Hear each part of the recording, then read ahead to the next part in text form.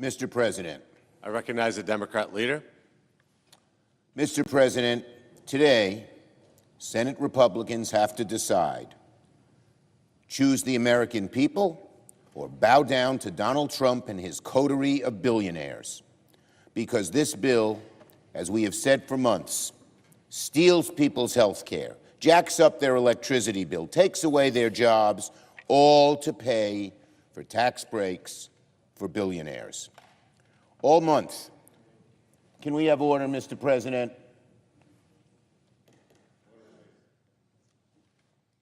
All month, Senate Democrats have put this bill on trial in the court of public opinion. We've exposed how it steals Medicaid from more than 16 million Americans. We've exposed how it takes away food benefits from millions of hungry kids.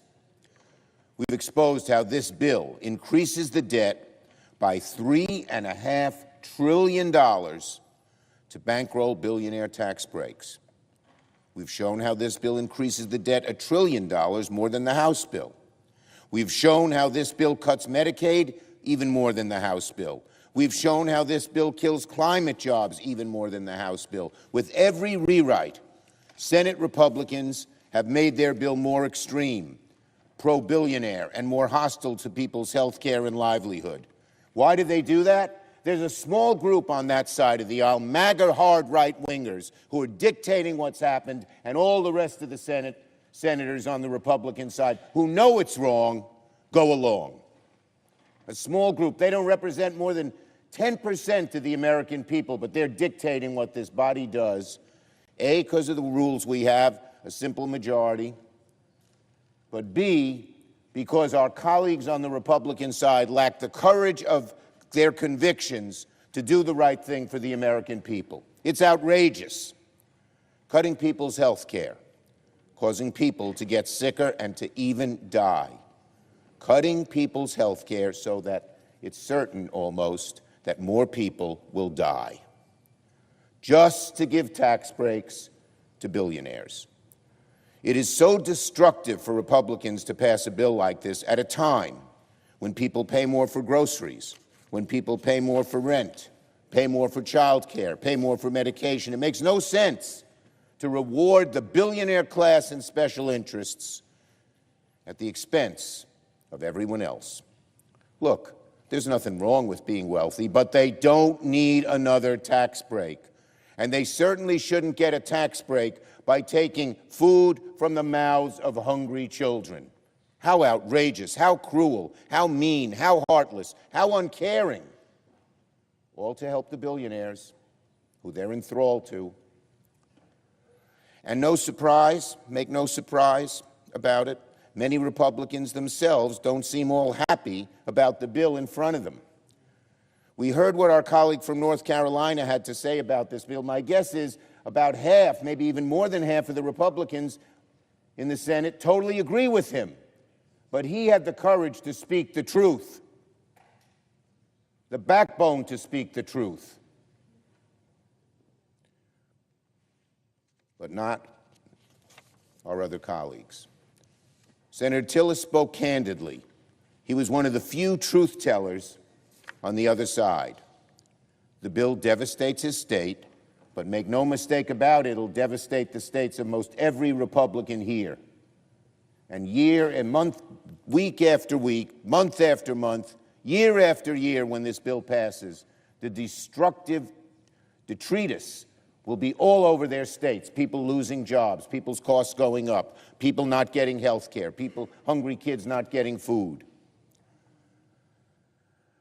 It's a piece of legislation that Tillis can't sell back home, and you won't be able to either, my Republican colleagues. How can any senator go home and tell their constituents, I'm sorry, I took away your health care because I wanted to give tax breaks to billionaires?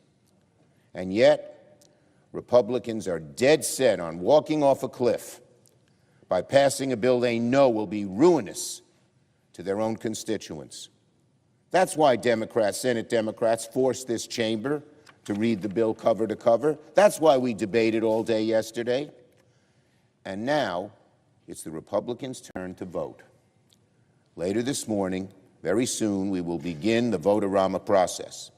Senate Democrats will bring one amendment after the other, again and again and again, to put Republicans on the record. We'll begin this morning with a motion to appeal the ruling of the chair to try and reverse Senate Republicans' brazen attempts to deceive the American people about the true cost of the bill. Republicans are doing something that has never been done before in the Senate by deploying fake math and budgetary hocus pocus to make it seem like their billionaire giveaways don't cost anything. That's obviously outrageous, and it's absurd that the budget chair is taking the Senate down this fact-free road. He is helping erode, even destroy the Senate. Every senator will soon have an opportunity to reject this. Remind the senator of Rule 19. Every senator will soon have an opportunity to reject this nonsense and vote for common sense budgeting. Americans will be watching. And later this morning, I will offer a very simple amendment to send this bill back to the Finance Committee so that we can get rid of any provision that raises health care costs for families and small businesses to pay for tax cuts for billionaires.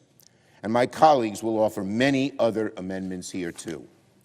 And we will see once and for all if Republicans really meant all those nice things they've been saying about strengthening Medicare, about protecting middle-class families, or if they were just lying. The American people will find out in a few hours. Republicans have said they don't want to cut Medicaid. Today, we'll give you the chance. Republicans say they want to prioritize the middle class. Today, we'll give you the chance. Our amendments will give Republicans so many chances to defend Medicaid and SNAP and good-paying jobs and clean energy that if they say no, they'll regret it long after this debate is done. Finally, to my Republican colleagues, let me offer a warning in good faith. You all know that Donald Trump makes things up. He has no regard for the truth. When he talks about this bill, he's lying. When Donald Trump says this bill won't cut Medicaid, he's lying. When he says this bill will grow the economy, he's lying. When he says this is the best thing Congress could pass for our country, he's lying. So what are my colleagues on the Republican side going to do? Listen to someone who just makes things up? Listen to someone who peddles lies and fantasies? Follow Donald Trump off a political cliff by passing a bill that will be disastrous for the people back home? Or will my colleagues stand up for the American people? Stand up to protect health care, good-paying jobs, middle-class families? The American people will not forget what Republicans do in this chamber today. Yield the floor. To my colleagues, it's going to be a long day, and I just want to remind everybody the rules of the Senate, Rule 19, no senator to debate shall directly or indirectly by any form of words impute to another senator or other senators any conduct or motive unworthy or unbecoming of a senator.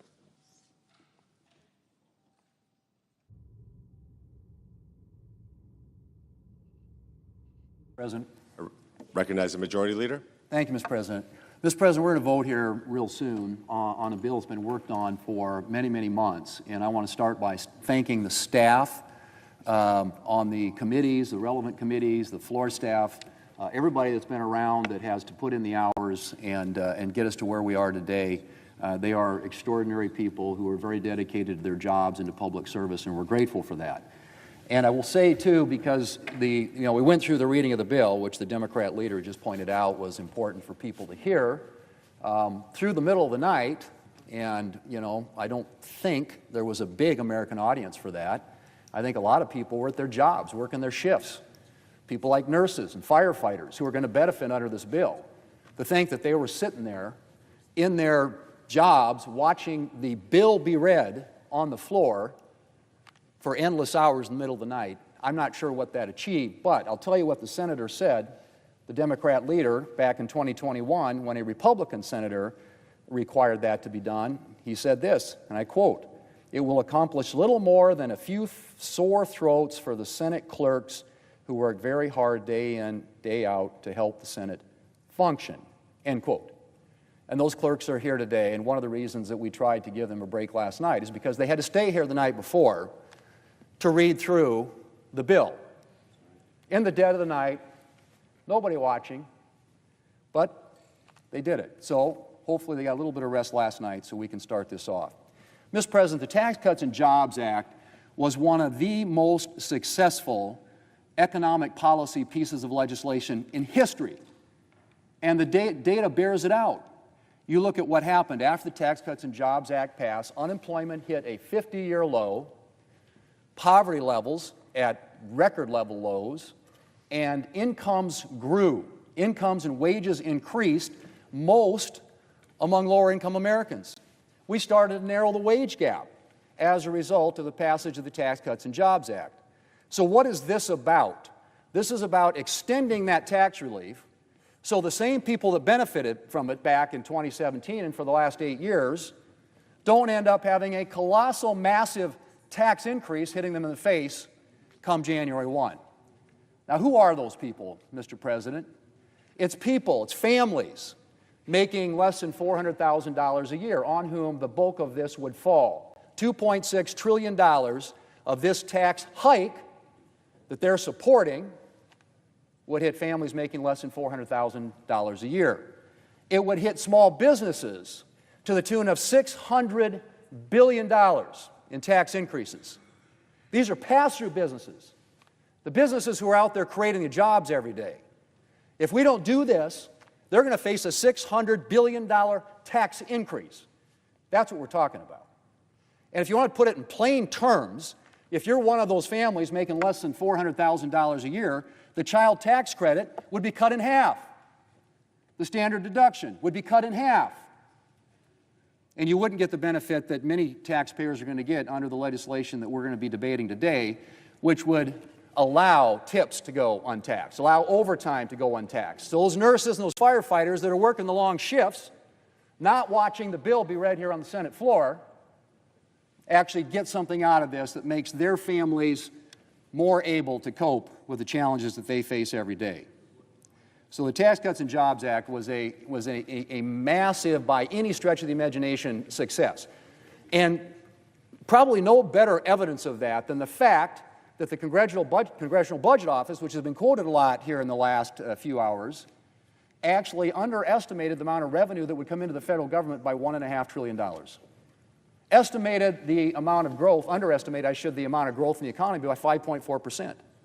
Dramatically underestimated what it would generate in terms of revenue and what it would generate in terms of growth. So let's just say what this is. And by the way, billionaires next year will pay the same tax rate they're paying this year.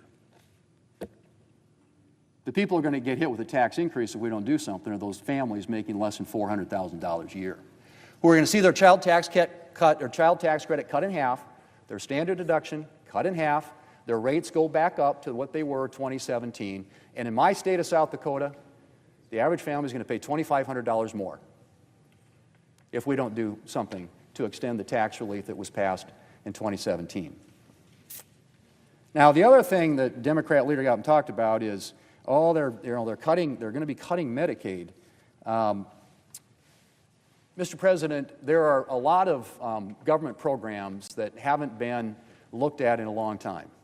We all acknowledge that 75% now of federal spending is what we call mandatory spending, entitlement programs, things that Congress doesn't annually appropriate for.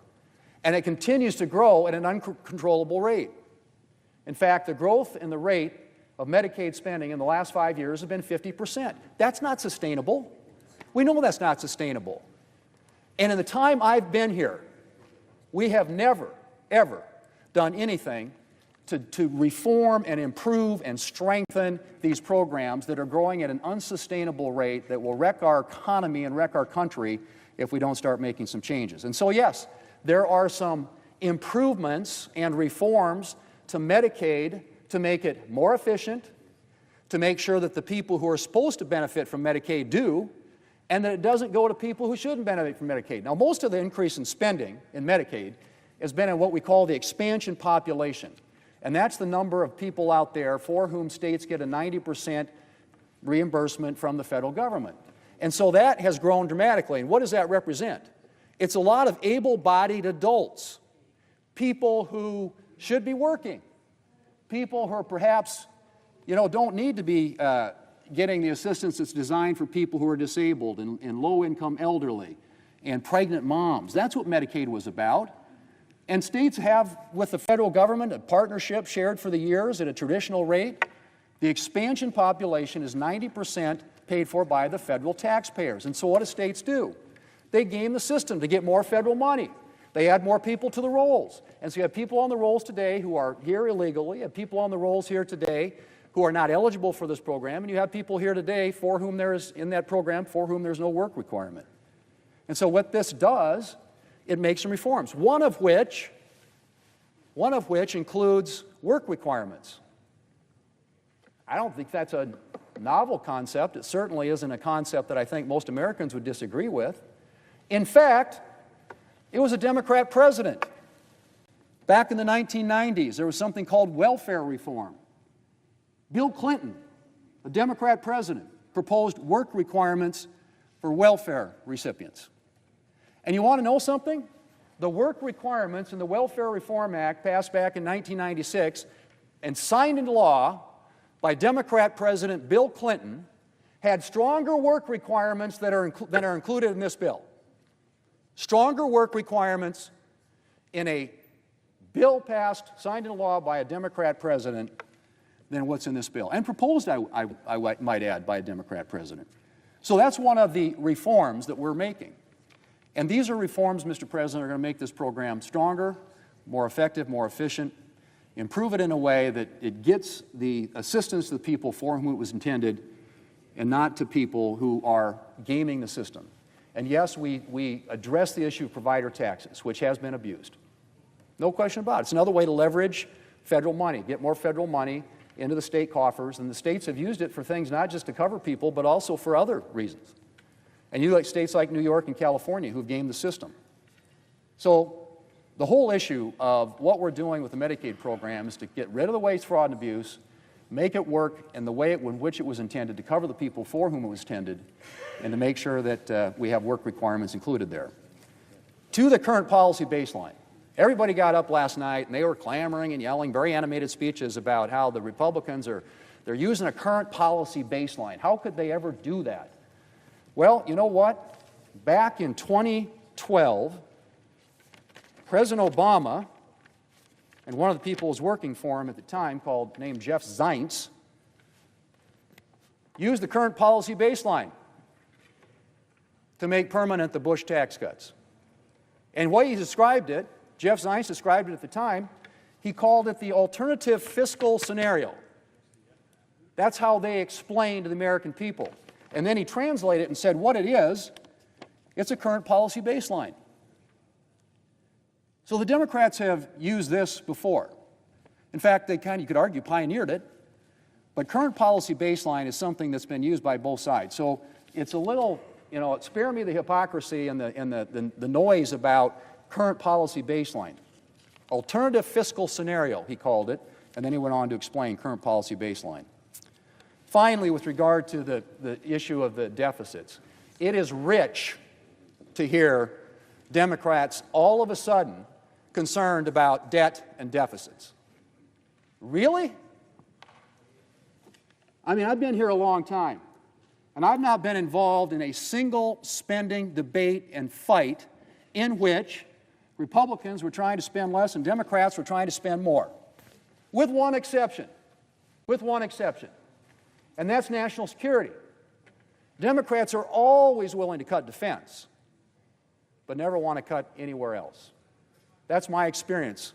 And I think it was borne out a couple of years ago when Democrats had then what we have now, which is unified control of the government. They had House, Senate, and White House, and so they had an opportunity to use reconciliation, which they did twice.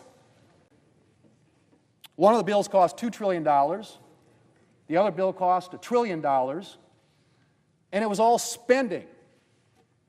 And that, ladies and gentlemen, is a fundamental difference between us here. And I understand that. We have different views about the role of government.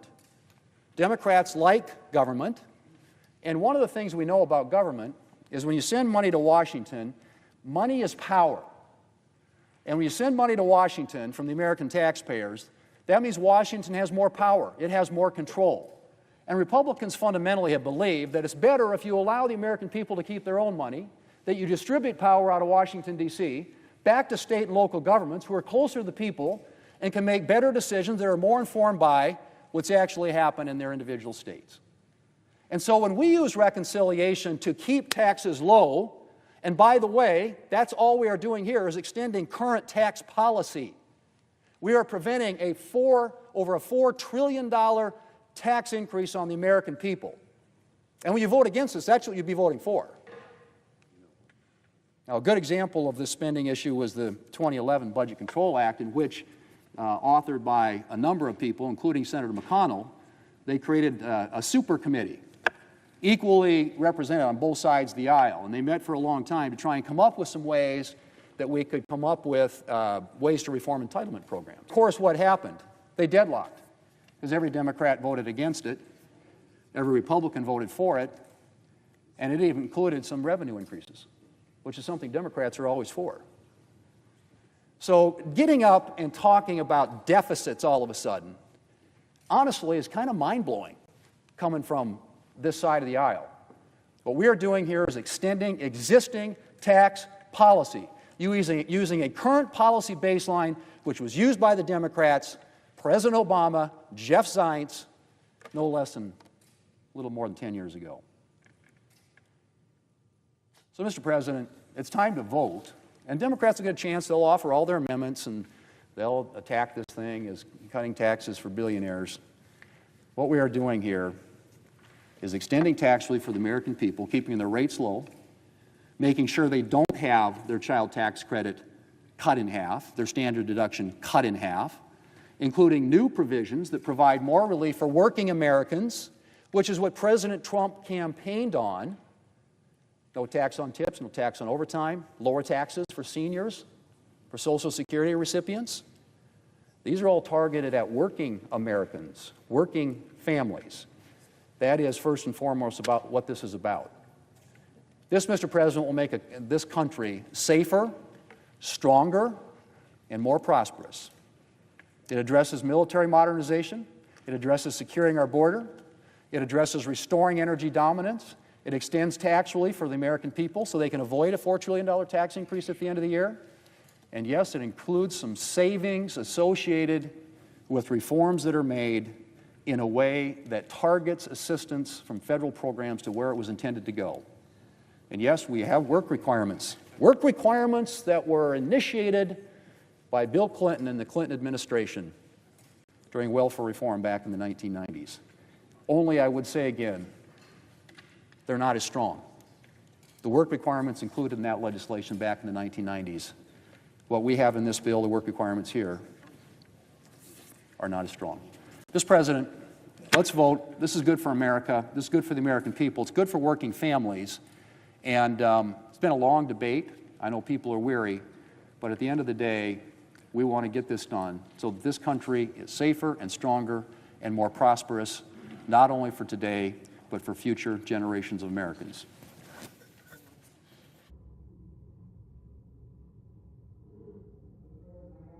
That there be 2 minutes equally divided prior to all roll call votes in relation to calendar number 107, H.R. 1. Without objection.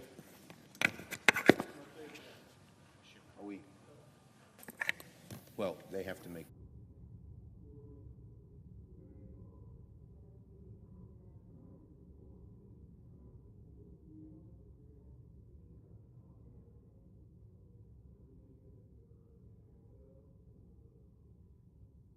Okay, so I recognize the Democrat leader. well, we're about to vote on something that we have never seen before in the Senate. And rather than be honest with the American people about the true costs of these billionaire giveaways, and by the way, I didn't hear Donald Trump campaigning on tax breaks for billionaires, which is the main thrust of this bill. He wouldn't tell them about that.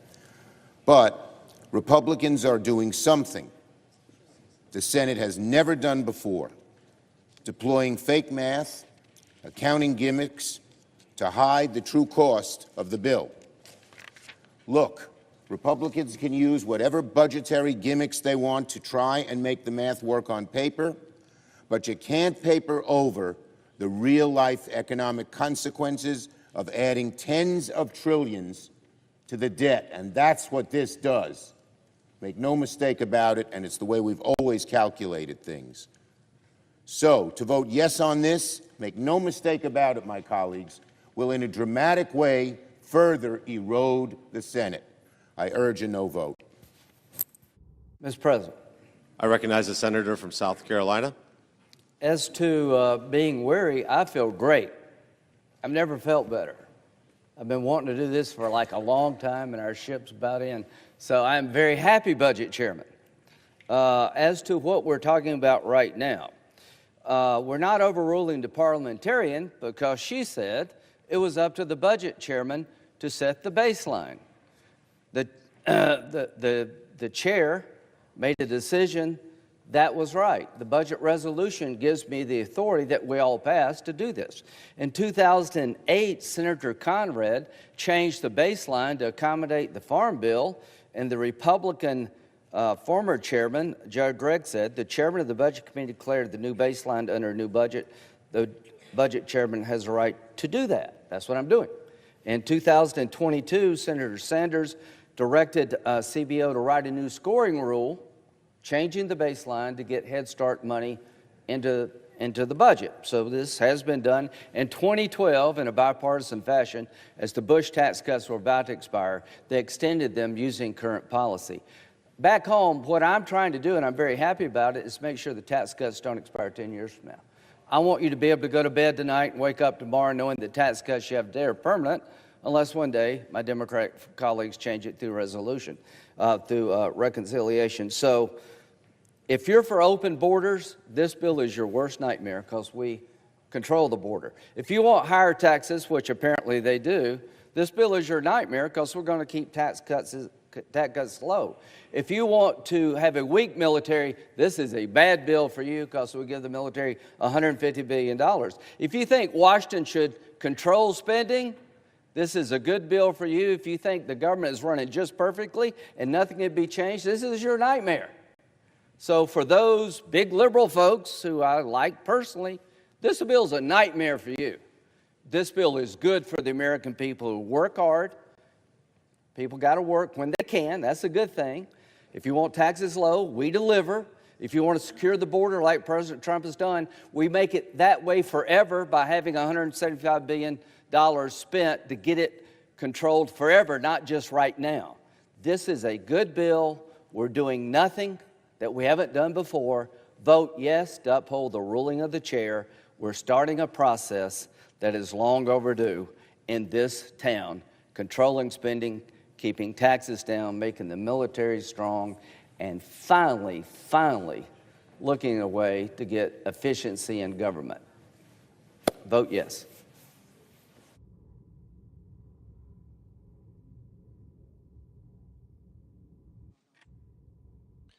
The question is, shall the decision of the chair stand as the judgment of the Senate? The yeas and nays were previously ordered. The clerk will call the roll. Ms. Alsobrooks. Thank you. Ms. Baldwin. Mr. Banks. Thank you.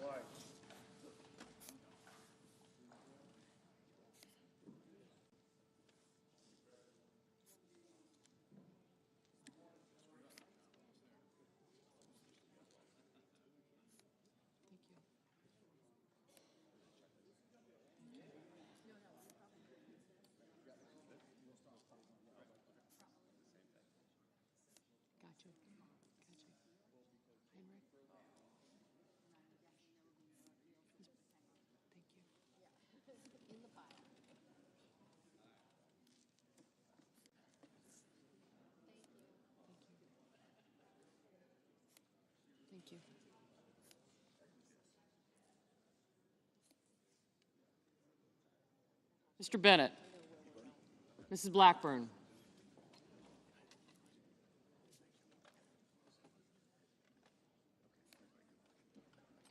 Mr. Blumenthal.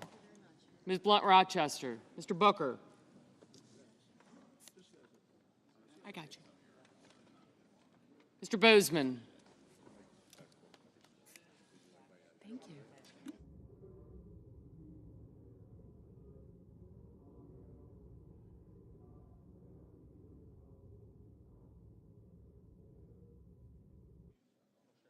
Mr. Bozeman, Mrs. Britt. Mr. Budd. Ms. Cantwell. Mrs. Capito. Mr. Cassidy. Ms. Collins. Mr. Coons. Mr. Cornyn. Ms. Cortez Masto.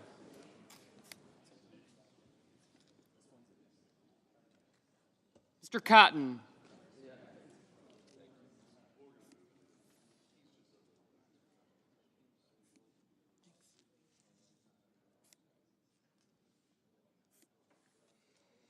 Mr. Kramer, Mr. Crapo, Mr. Cruz, Mr. Curtis, Mr. Daines, Ms. Duckworth, Mr. Durbin,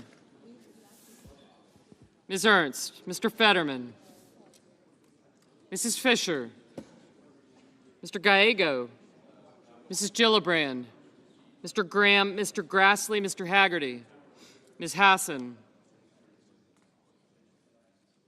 Mr. Hawley, Mr. Heinrich,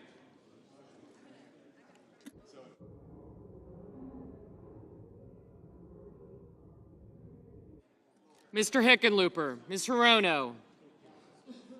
Did you hear that? Mr. Hoven, Mr. Husted, Mrs. Hyde-Smith, Ms. Lummis, Mr. Johnson, Mr. Justice, Mr. Kane, Mr. Kelly, Mr. Kennedy, Mr. Kim, Mr. King, Ms. Klobuchar, Mr. Lankford, Mr. Lee, Mr. Lujan, Ms. Lummis, Mr. Markey, Mr. Marshall, Mr. McConnell, Mr. McCormick, Mr. Merkley, Mrs. Moody, Mr. Moran, Mr. Marino, Mr. Mullen, Ms. Murkowski, Mr. Murphy, Mrs. Murray, Mr. Ossoff, Mr. Padilla, Mr. Paul, Mr. Peters, Mr. Reed, Mr. Ricketts, Mr. Risch, Ms. Rosen, Mr. Rounds, Mr. Sanders, Mr. Schatz, Mr. Schiff,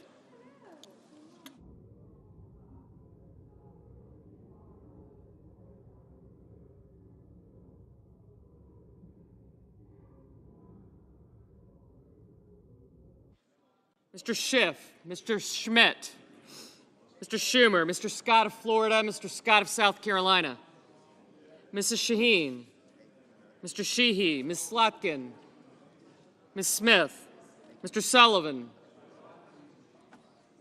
Mr. Thune, Mr. Tillis, Mr. Tuberville, Mr. Van Hollen. Gotcha.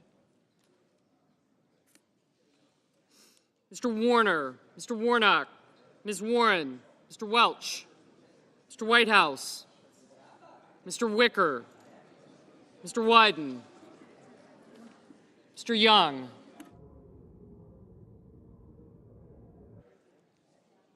Senators voting in the affirmative: Barrasso, Budd, Cornyn, Cotton, Crapo, Cruz, Ernst, Graham, Grassley, Haggerty, Kennedy, Lankford, Lummis, Marshall, McCormick, Moody, Marino, Mullen, Paul, Risch, Schmidt, Sheehy, Thune, and Tuberville. Senators voting in the negative: also Brooks, Bennett, Blunt Rochester, Cantwell, Cortez Masto, Hassan, Heinrich, Kane, King, Markey, Merkley, Ossoff, Padilla, Rosen, Schumer, and Smith. Mr. Justice? Aye. Mr. Kramer? Aye. Mr. Lujan? No. No. Mr. Whitehouse? No. Mrs. Blackburn? Aye.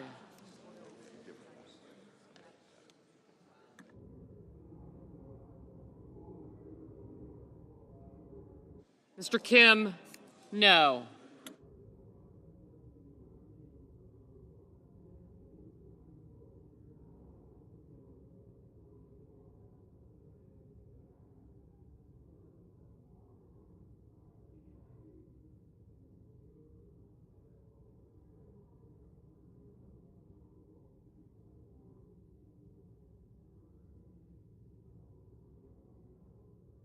Mr. Durbin? No. Mrs. Capito? Aye.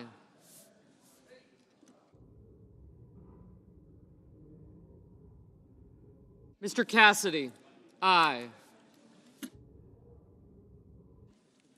Mr. Rounds? Aye.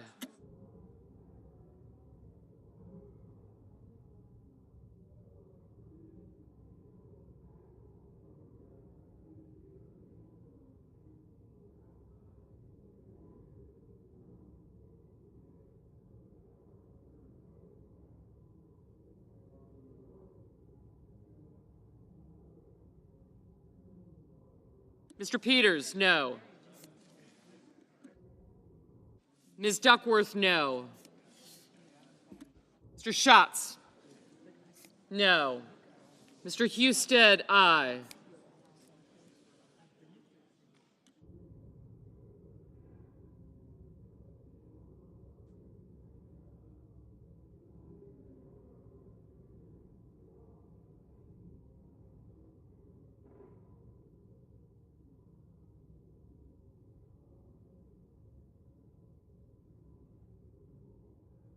Mr. Hawley? Aye.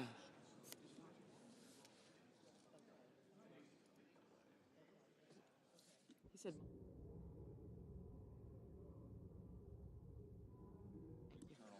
Mr. Ricketts? Aye. Mr. Wicker? Aye.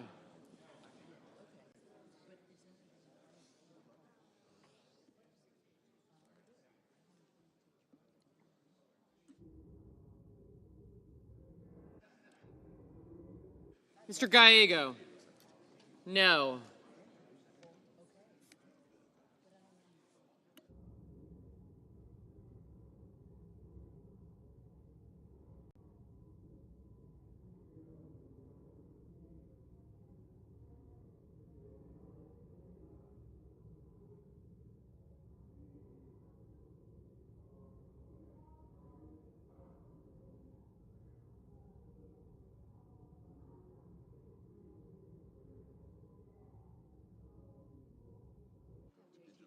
Ms. Klobuchar? No.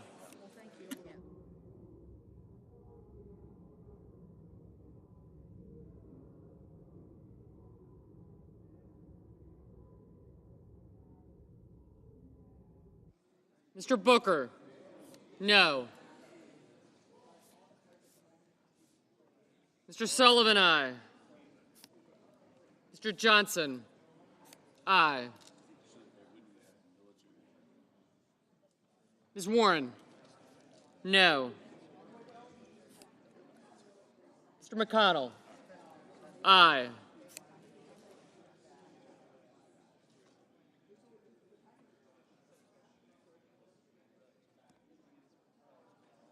Yes.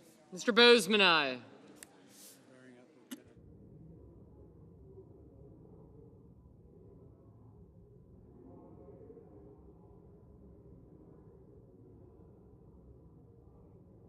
Ms. Hirono? No.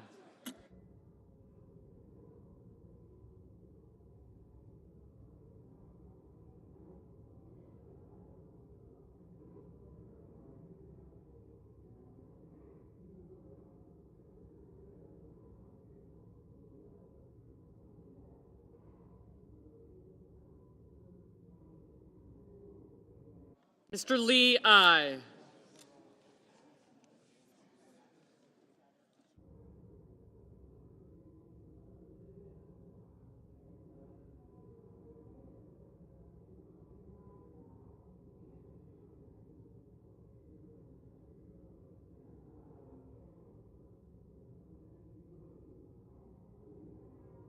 Mrs. Gillibrand, no.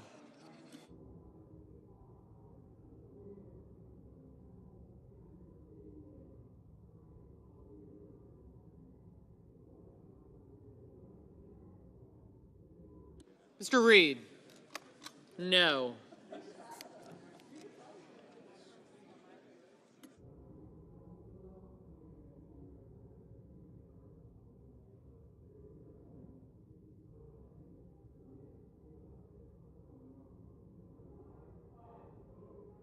Mr. Wyden, no.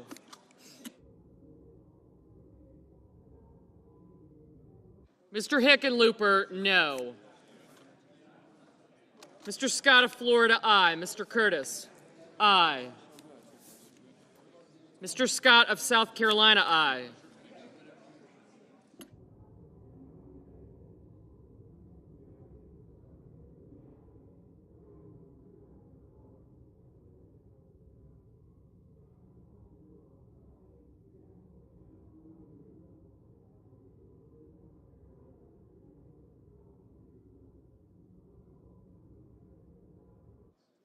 Mrs. Murray, no.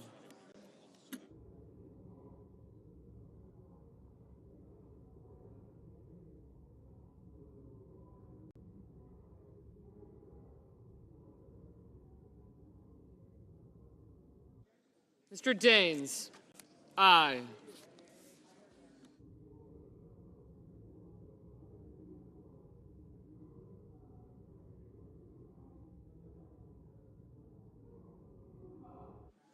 Mr. Welch, no.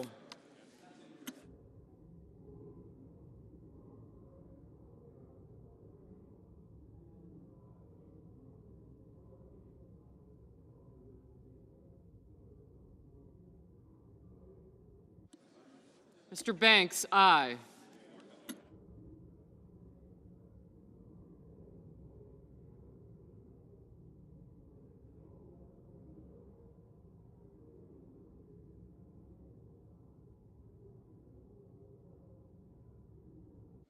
Ms. Baldwin, no.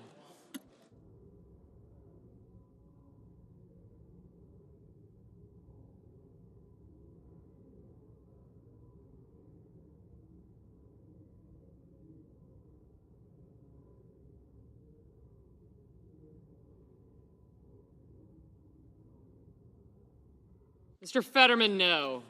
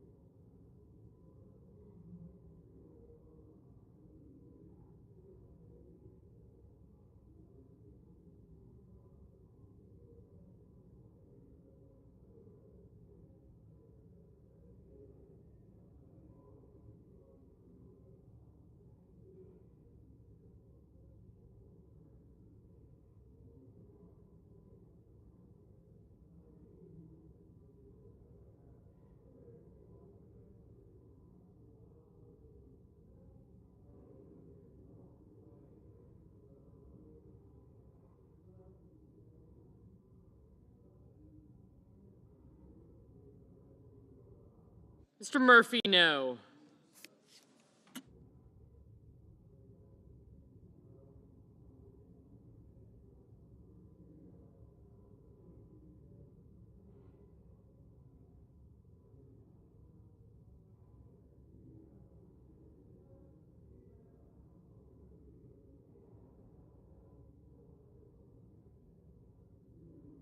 Mrs. Britt, aye.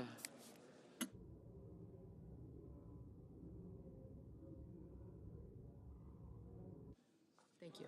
Bye. Mr. Warner, no. Mr. Sanders, no. Mr. Schiff, no.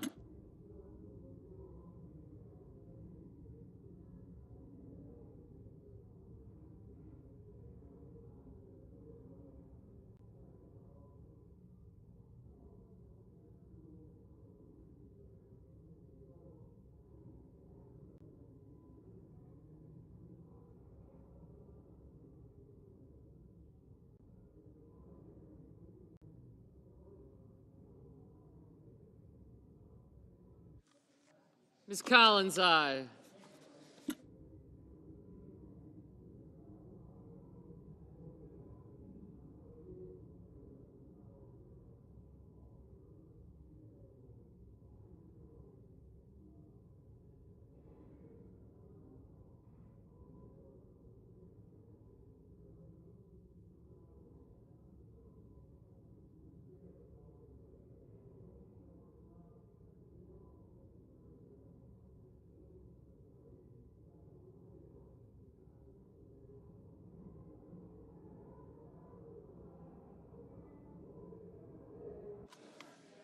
Mr. Blumenthal, no. Ms. Slotkin, no.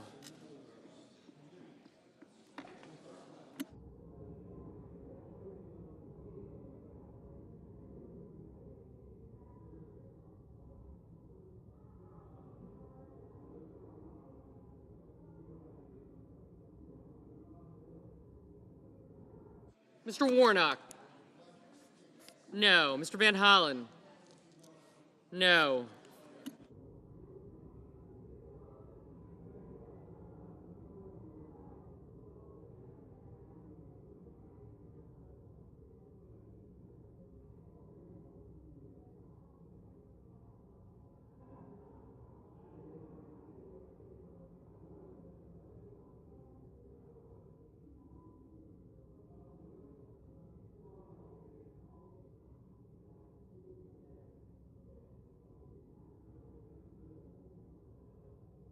Mr. Tillis, aye.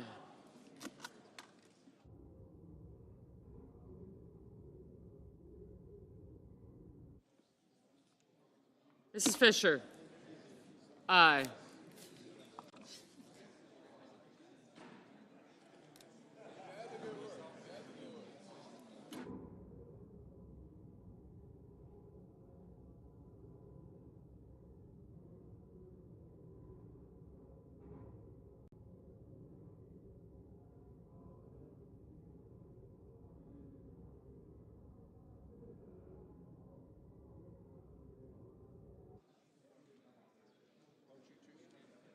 Mrs. Hyde-Smith, aye.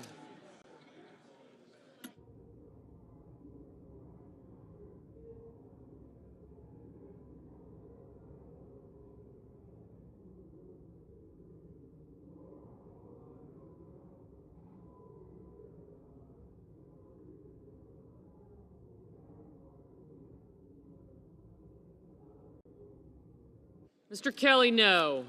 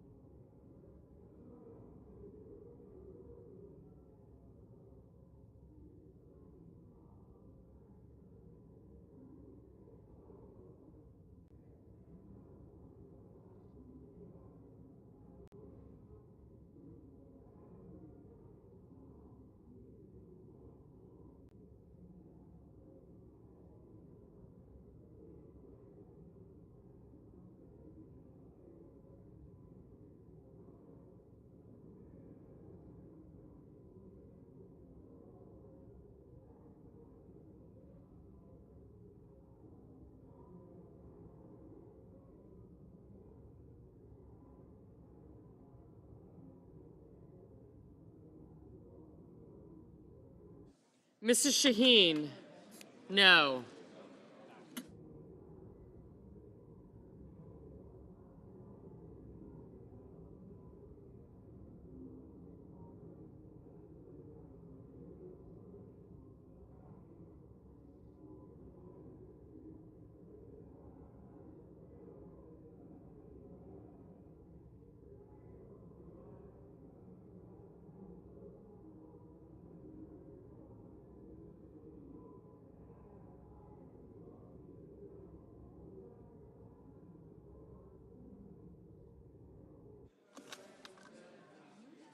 Mr. Moran, aye.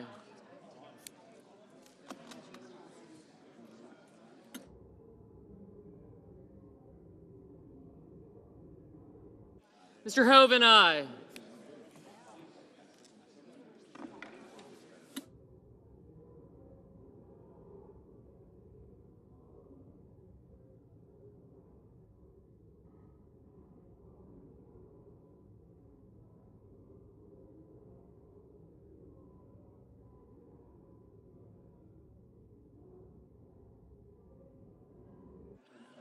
Ms. Murkowski, aye.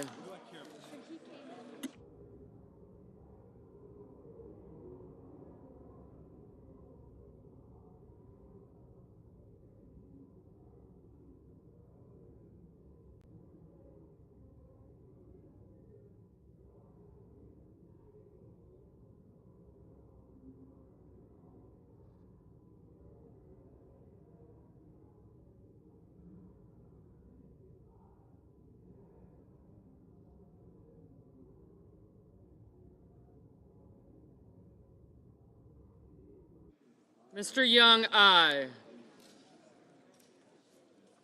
Just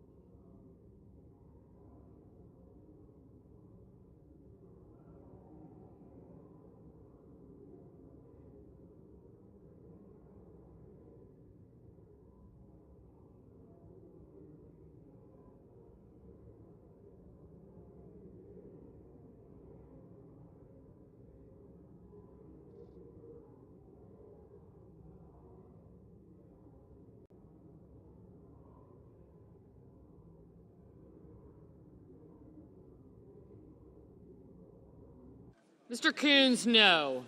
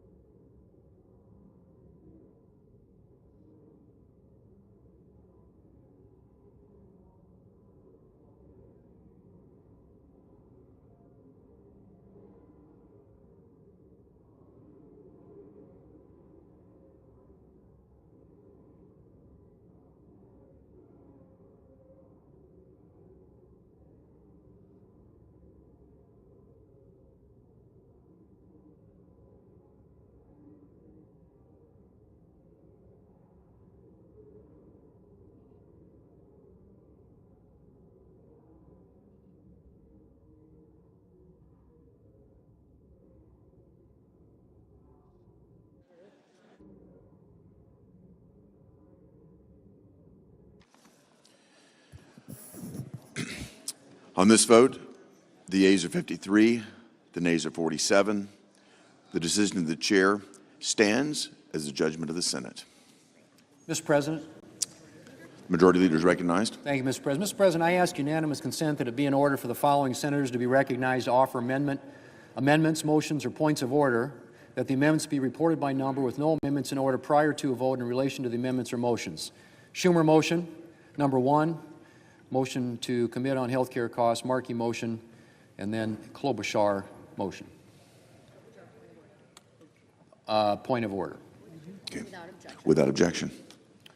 Mr. President, I make a point of order under Section 313B1B of the Congressional Budget Act against Title VII of Substitute Amendment Number 2360. Under the Congressional Budget Act and the precedents of the Senate, the chair must rely on determinations made by the Budget Committee in assessing the budgetary effects of the amendment. Section 312 of the Budget Act states, for purposes of this title and Title IV, the levels of new budget authority, outlays, direct spending, new entitlement authority, and revenues for a fiscal year shall be determined on the basis of estimates made by the Committee on the Budget of the House of Representatives or the Senate as applicable. Unless the Budget Committee, speaking to its chairman, asserts that the amendment causes a violation of the Budget Act, the chair will not so hold. Therefore, Mr. Leader, the point of order is not well taken. President, Senator from Oregon is recognized. I appeal the ruling of the chair, and I ask for the yeas and nays. Is there a sufficient second? There appears to be.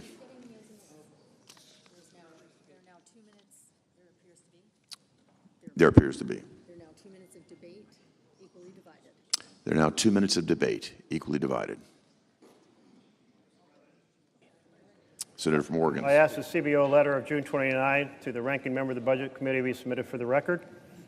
Without objection. And in this letter, it notes that the baseline was prepared, the alternative baseline, based on a request made by the chairman of the Senate Committee on the Budget. But the letter goes on to say this. The CBO estimates that enacting this title would increase the deficit by nearly $3.5 trillion over the 2025-34 period. Clearly, that amount, done by honest numbers from CBO, exceeds the budget resolution level, and therefore we should not affirm the ruling of the chair. It is said in this ruling, I just heard, that precedent provides a foundation for this. But in fact, the ability of the chair to create a phony baseline has never been used in reconciliation. Not ever.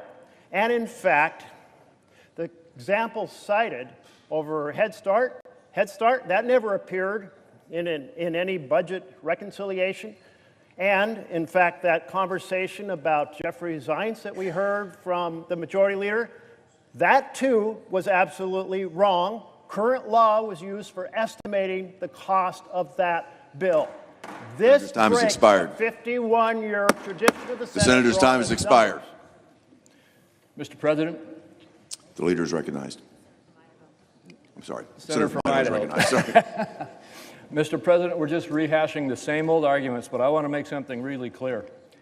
This Congress, in the budget resolution for this reconciliation, adopted the current policy baseline. CBO scored that current policy baseline. It said that our bill generates a $506 billion deficit reduction.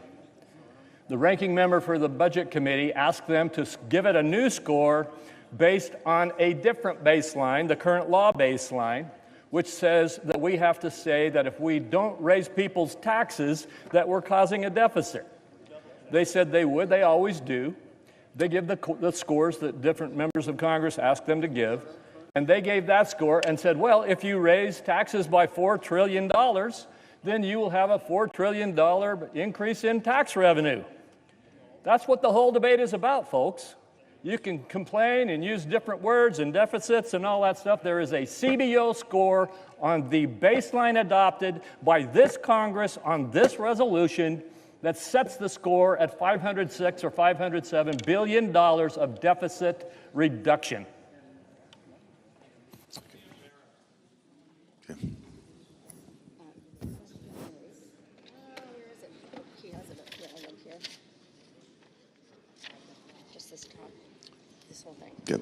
The question is, shall the decision of the chair stand as the judgment of the Senate? The yeas and nays were previously ordered. The clerk will call the roll. Ms. Alsop-Brooks, Ms. Baldwin,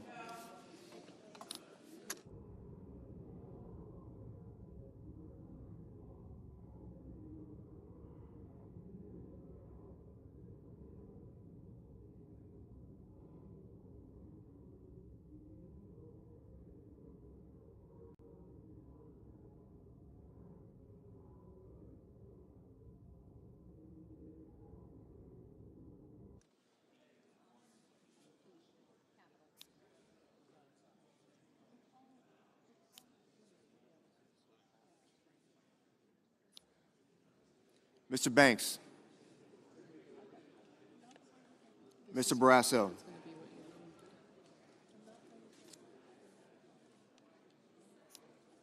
Mr. Bennett, Mrs. Blackburn,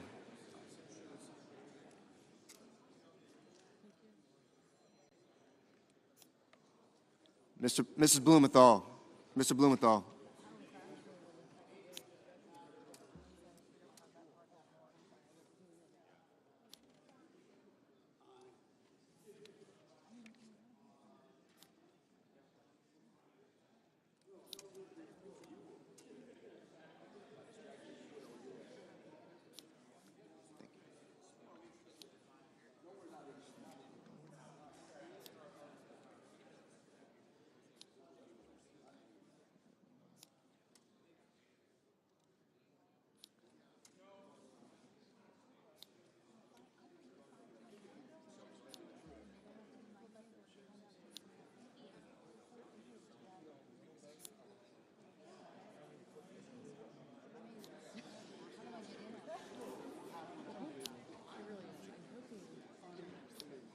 Blackburn on your left. I'm hoping.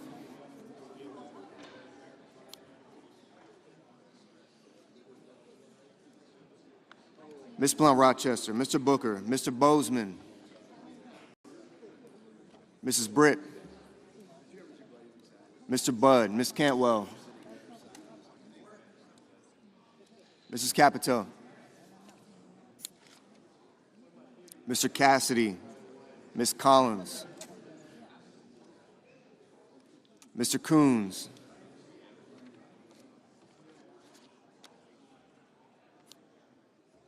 Mr. Cornyn, Ms. Cortez Mastel,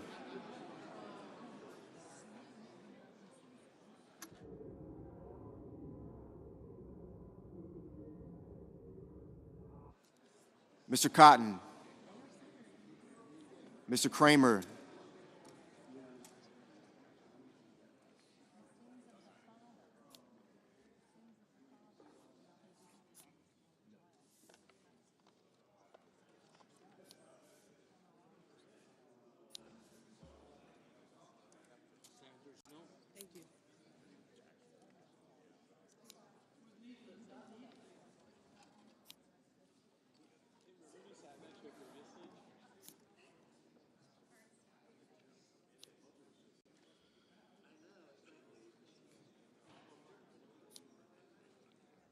Mr. Crapo, Mr. Cruz, Mr. Curtis,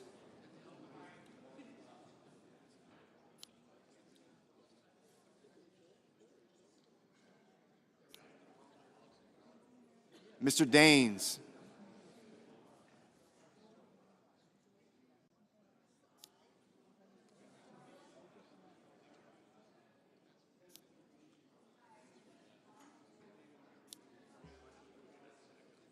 Ms. Duckworth, Mr. Durbin, Ms. Ernst, Mr. Fetterman, Mrs. Fisher, Mr. Gallego, Mrs. Gillibrand, Mr. Graham,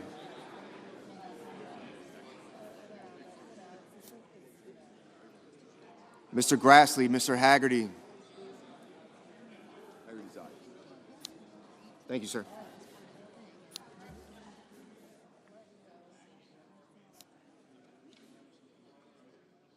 Ms. Hassan, Mr. Hawley, Mr. Heinrich,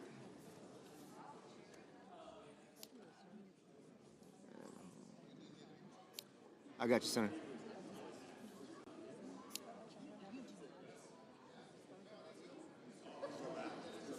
Mr. Hickenlooper, Ms. Hirono,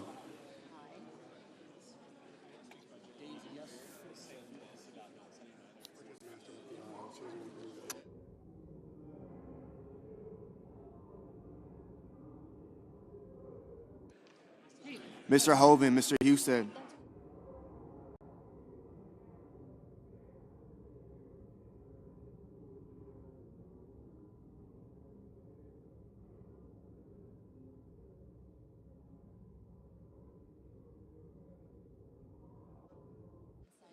Mrs. Hyde-Smith,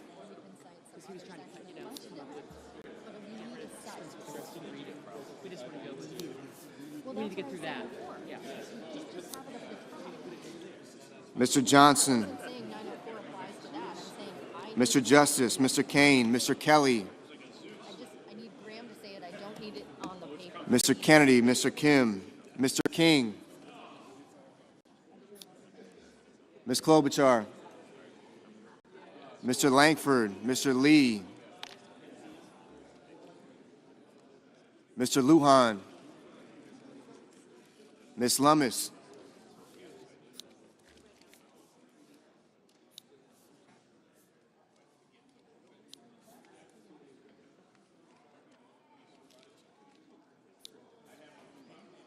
Mr. Markey,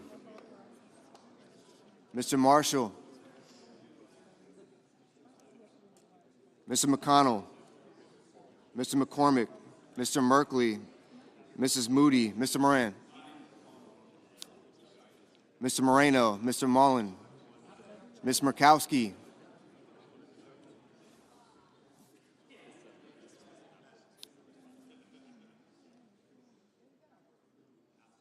Mr. Murphy, Mrs. Murray, Mr. Ossoff, Mr. Padilla, Mr. Paul, Mr. Peters, Mr. Reed, Mr. Ricketts,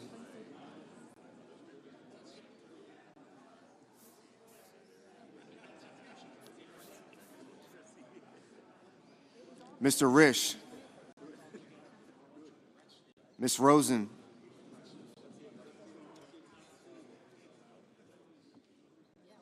Mr. Rounds, Mr. Sanders, Mr. Schatz, Mr. Schiff,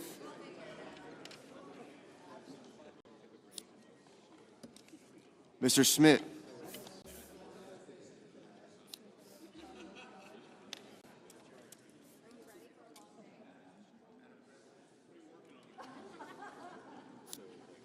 Mr. Scott of Florida, Mr. Scott of South Carolina, Mr. Shaheen, Mr. Sheehy, Ms. Slotkin, Ms. Smith, Mr. Sullivan,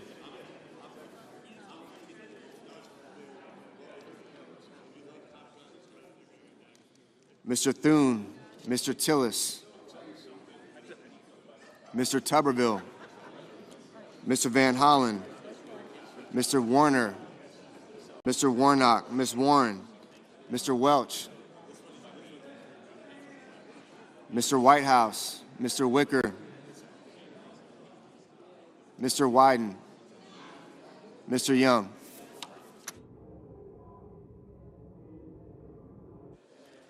Senators voting in the affirmative: Banks, Barrasso, Blackburn, Britt, Budd, Cassidy, Kramer, Crapo, Cruz, Curtis, Daines, Ernst, Fisher, Graham, Grassley, Haggerty, Hawley, Hoven, Husted, Justice, Kennedy, Langford, Lee, Lummis, Marshall, Moody, Moran, Moreno, Mullen, Paul, Rounds, Scott of Florida, Sheehy, Thune, Tuberville, Wicker, Young.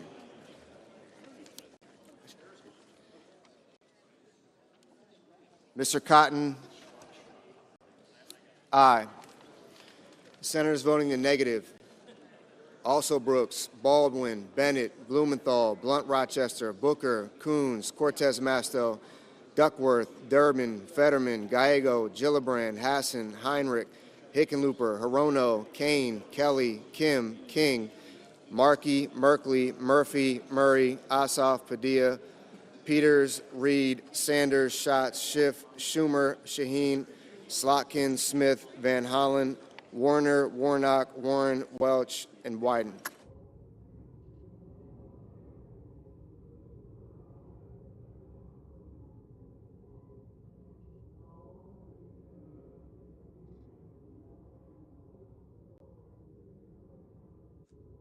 Mr. Whitehouse, no.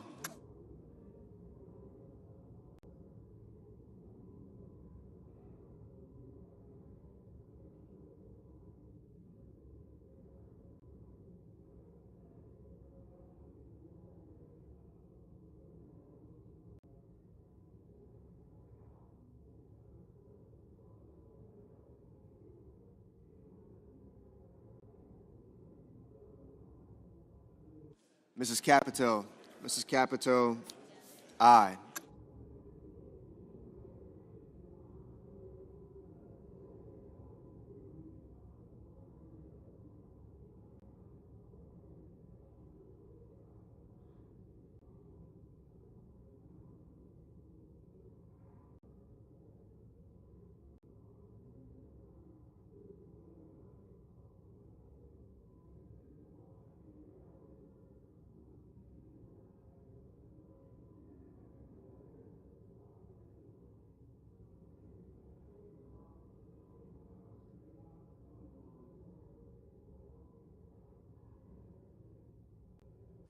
Ms. Cantwell, no.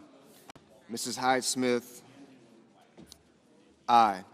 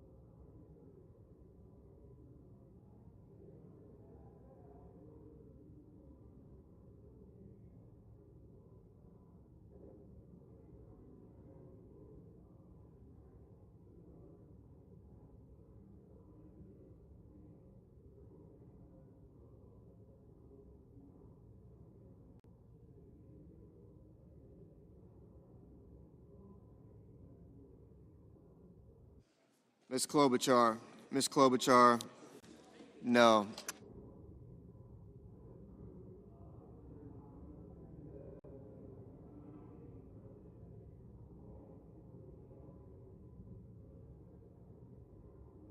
Ms. Collins, Ms. Collins, aye.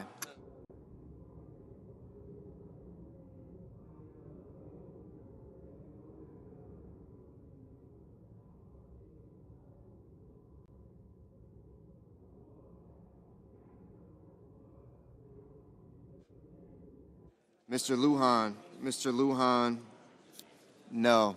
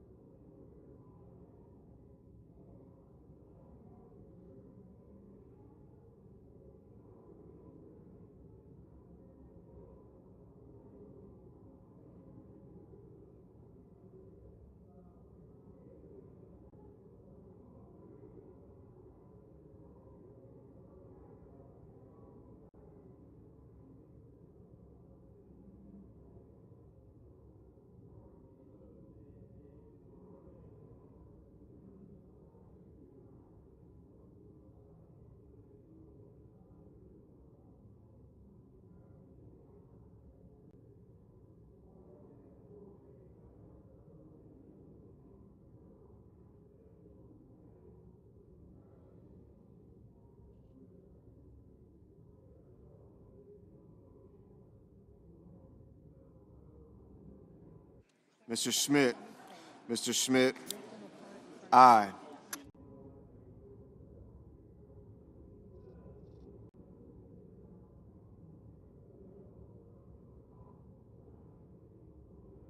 Miss Rosen, no. Mr. Ricketts,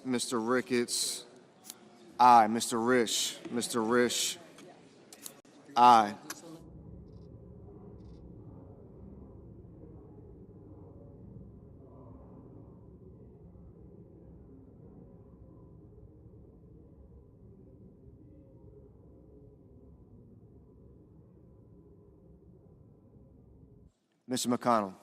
Mr. McConnell, aye.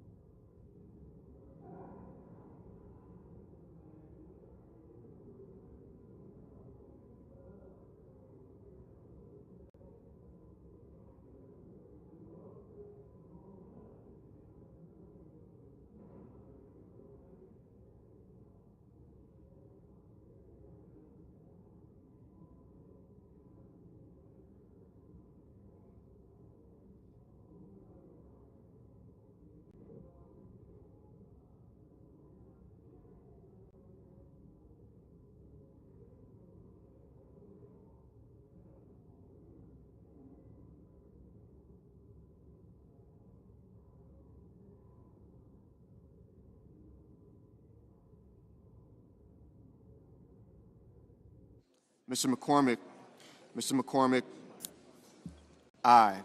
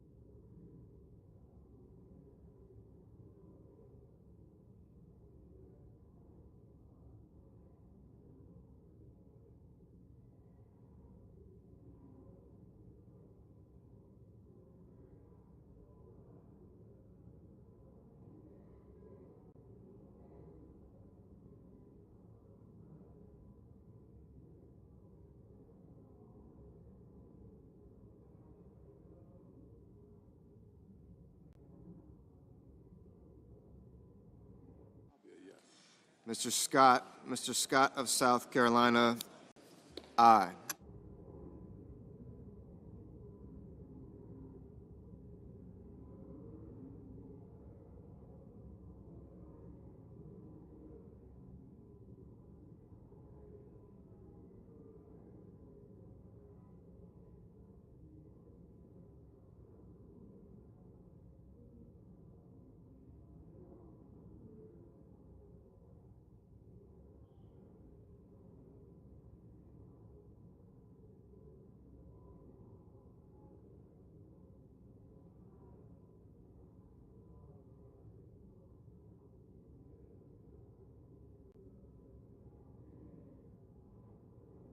Mr. Johnson, aye.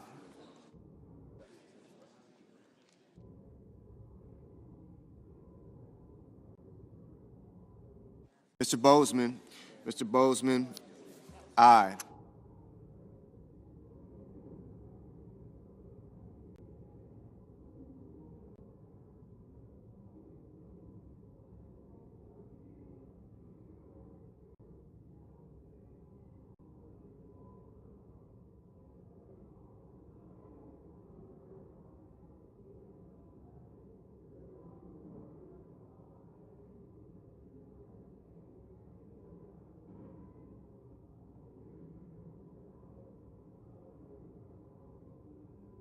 Mr. Tillis,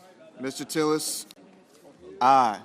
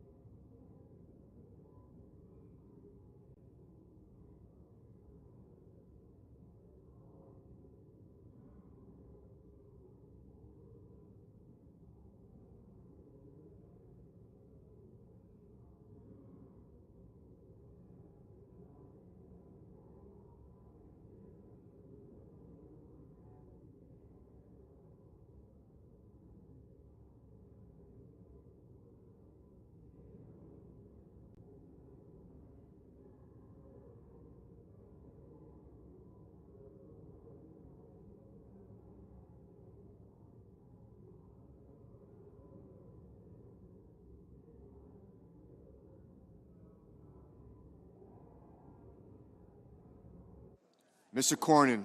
Mr. Cornyn, aye. Ms. Murkowski. Ms. Murkowski, aye.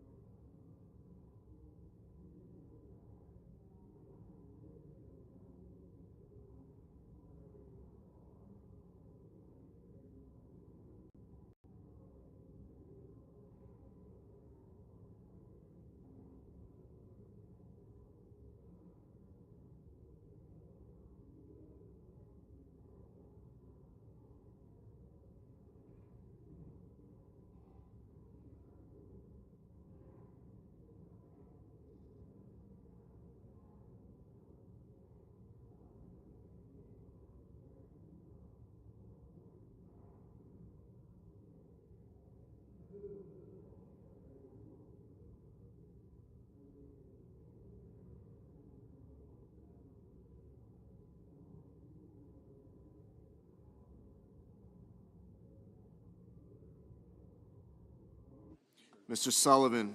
Mr. Sullivan, aye.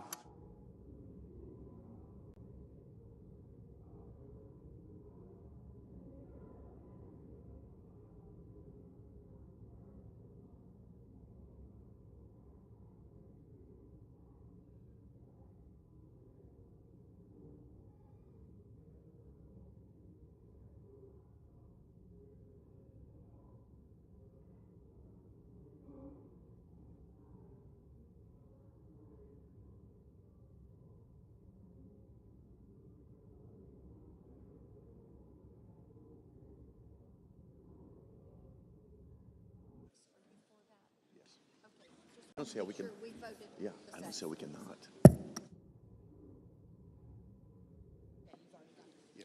Yeah. On this vote, the yeas are 53, the nays are 47. The decision of the chair stands as the judgment of the Senate. Mr. President, The senator from Idaho is recognized. thank you, Mr. President. I ask unanimous consent that Senator Risch and I be permitted to speak for up to 1 minute each regarding the recent tragedy in our state. Without objection. Thank you, Mr. President. The Senate has important work to accomplish today to prevent a more than $4 trillion tax hike on American workers and families, and we will accomplish that goal. However, while business continues here, life for the North Idaho community of Coeur d'Alene remains at a very painful standstill as we mourn the horrific loss of 2 firefighters. Yesterday afternoon, firefighters from Coeur d'Alene and Kootenai County were responding to a fire on Canfield Mountain. Upon arrival, they were ambushed by gunfire. 2 brave firefighters were murdered. Another has already undergone surgery for gunshot wounds. As we continue our work today, I ask my colleagues to join me in sending your prayers for that firefighter's full recovery, for the deceased victims, for their families, and for the entire North Idaho community grieving this heinous act. Senator Risch. Thank you.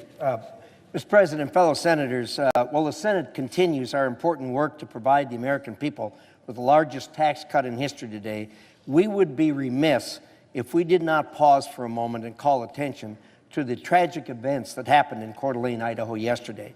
While responding to a fire, as my colleague indicated, two of North Idaho's brave firefighters were ambushed and murdered, and one is in serious to critical condition. This evil attack on the people who dedicate their lives to protecting and serving our communities is despicable, and it's not Idaho. I ask my Senate colleagues to join me, Senator Crapo, and all Idahoans in praying for the victims, their loved ones, and all who have been affected by this reprehensible act. Thank you, Mr. President. Senator from Washington is recognized. I stand with my Idaho colleagues. This is a very tight-knit community between Washington and Idaho. Many Washington police and responders participated in yesterday's activities. Our hearts go out to the people of Idaho, and yes, we want a moment of silence to remember these firefighters.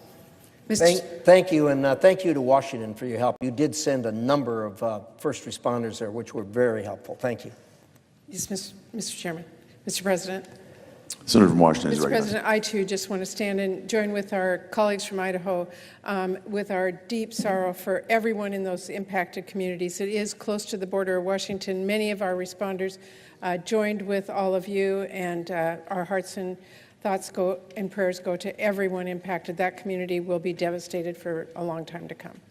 Thank you. And as we close, I would just like to thank my colleagues from Washington, as well as all of you. Many of you have come up and expressed your sentiments today. And I would say even the federal workers were there, the FBI and others. There was a huge influx of support from those who put their lives on the line every day, and some lost their lives yesterday. And so because of that, I just ask that you join us for just a moment of silence and prayer.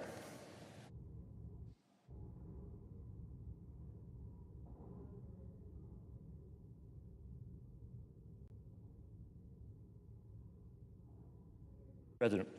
Thank you. Mr. President, Senator from New York is recognized. I have a motion to commit at the desk. Clerk will report. The Senator from New York, Mr. Schumer, moves to commit the bill H.R. 1 to the Committee on Finance, the Senate, with instructions to report the same back to the Senate in 3 days, not counting any day which the Senate is not in session. I ask that further reading of the motion be dispensed with. Without objection. Mr. President, can we have order, please? This amendment, the first we will offer, is simple. It undoes the travesty that is at the core of the Republican bill. Their bill, the so-called Big Beautiful Bill, which is really a big, ugly betrayal, cuts taxes for billionaires by taking away health care from millions of people. So my amendment simply says, if people's health care costs go up, the billionaire tax cuts vanish. Republicans, you can tell in their speeches already, are on the defensive. They know how bad this bill is for the American people. They know that Donald Trump is lying when he says it won't cut health care. I salute my colleague from North Carolina. We all heard what our colleague from North Carolina had to say yesterday about this bill. My guess is about half, maybe even more than half, of the Republicans in the Senate agree with him. But he had the courage to speak the truth. He said it himself. The bill devastates his state, but make no mistake about it, it will devastate the states of almost every Republican here. It is outrageous, outrageous to take food out of the mouths of hungry children, to take health care away from people who need it to survive. Senator's time has expired. Just for tax cuts for billionaires. and the American people know it. To my colleagues in Senator's conclusion, time has expired. To my colleagues in conclusion, I say you know what the right thing is. Say no to gutting health care. Say no to gutting jobs. Say no to this shameful, The senator's time has expired. backward bill, and vote yes on my The chair bill. recognizes the senator from Idaho. Thank you, Mr. President. This is going to be something that we hear just a lot of today, and this will just be the first shot at it. The bottom line is, billionaires are going to pay the same amount of taxes after this bill as they paid before this bill. They're going to pay the same amount. This notion about billionaires getting a tax cut at the expense of everybody else is just the politics of class rather than the politics of fear. The rest of the argument is the politics of fear. The reality is the reforms we are putting into place are to try to rein in control of wasteful and fraudulent and abusive spending that actually diverts resources away from the people who these programs really deserve to receive. I urge a strong no vote against this amendment. Is there a sufficient second? There appears to be. Clerk will call the roll. Ms. Alsobrooks. Ms. Baldwin.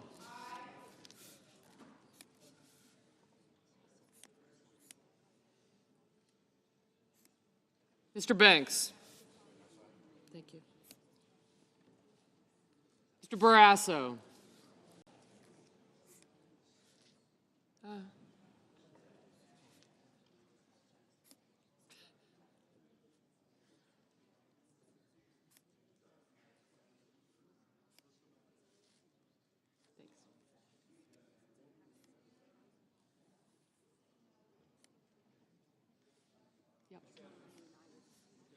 Thank you.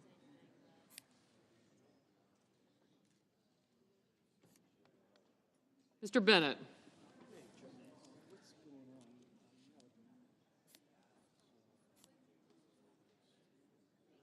Mrs. Blackburn, Mr. Blumenthal, Ms. Blunt Rochester. Mr. Booker. Mr. Bozeman.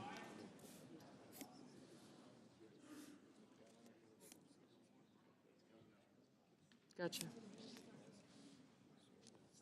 Thank you.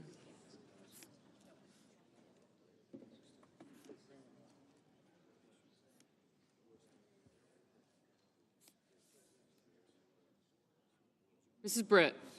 Mr. Budd. Ms. Cantwell.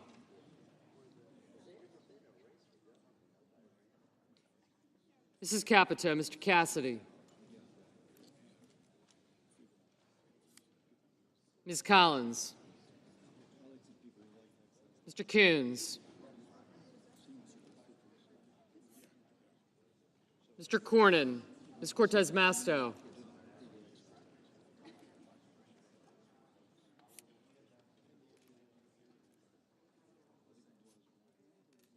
Mr. Cotton.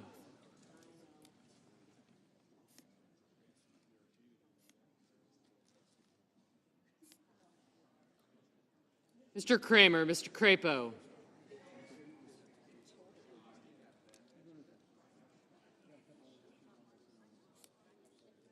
Mr. Cruz. Mr. Daines. Ms. Duckworth. Mr. Durbin. Thanks.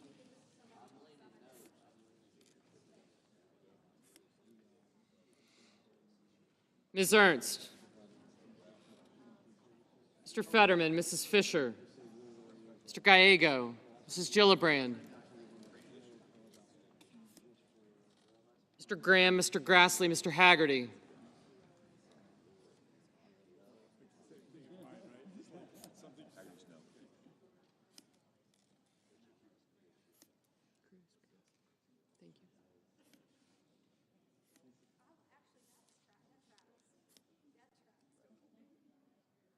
Ms. Hassan, Mr. Hawley.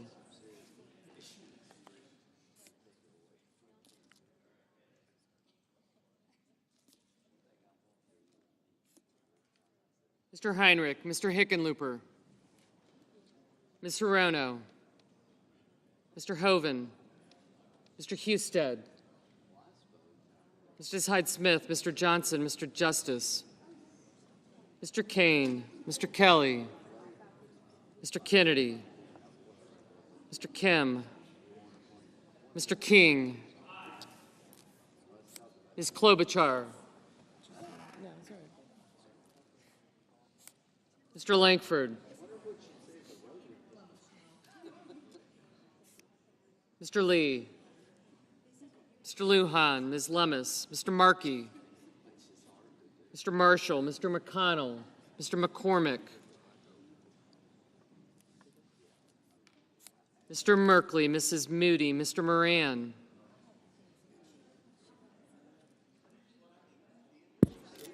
Mr. Marino, Mr. Mullen,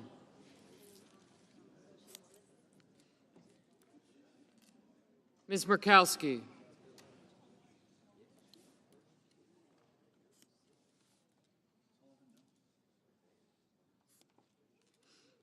Mr. Murphy, Mrs. Murray, Mr. Ossoff, Mr. Padilla, Mr. Paul, Mr. Peters, Mr. Reed, Mr. Ricketts, Mr. Risch, Ms. Rosen, Mr. Rounds, Mr. Sanders, Mr. Schatz, Mr. Schiff, Mr. Schmidt, Mr. Schumer, Mr. Scott of Florida, Mr. Scott of South Carolina, Mrs. Shaheen, Mr. Sheehy, Ms. Slotkin, Ms. Smith, Mr. Sullivan, Mr. Thune, Mr. Tillis, Mr. Tuberville, Mr. Van Hollen, Mr. Warner, Mr. Warnock, Ms. Warren, Mr. Welch, Mr. Whitehouse, Mr. Wicker, Mr. Wyden, Mr. Young,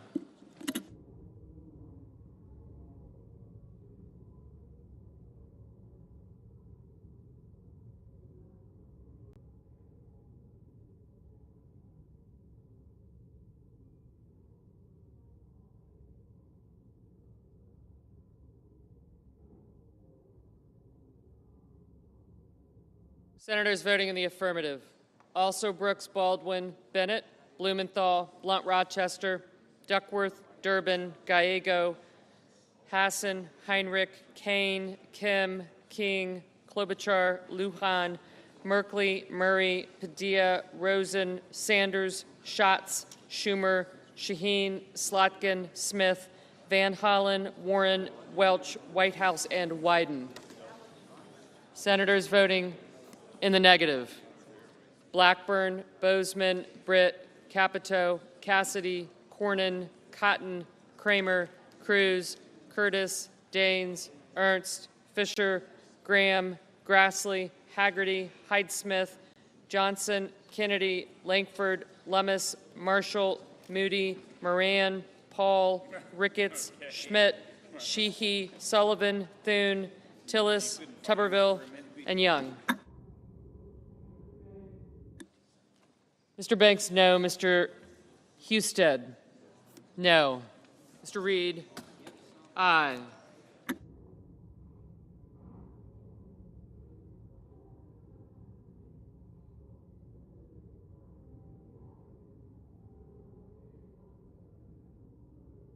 Mr. Peters, aye.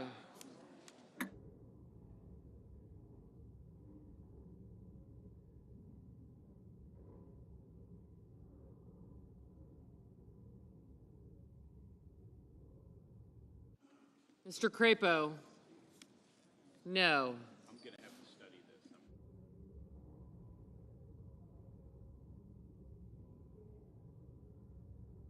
this. Mr. Budd, no.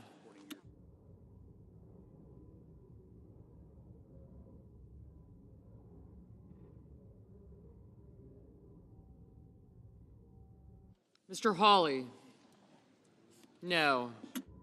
Mr. Ossoff, aye. Mr. Mullen, no.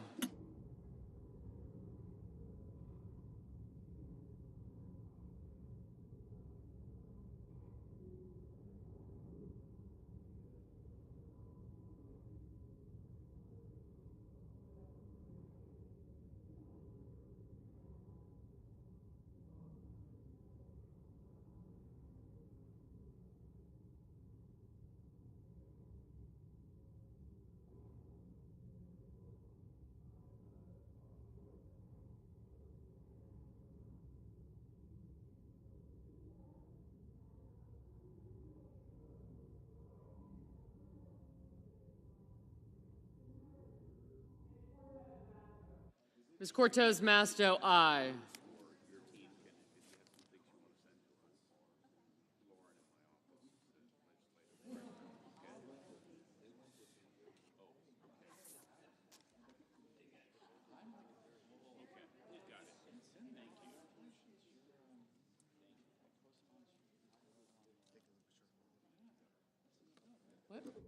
Mr. Hickenlooper, aye.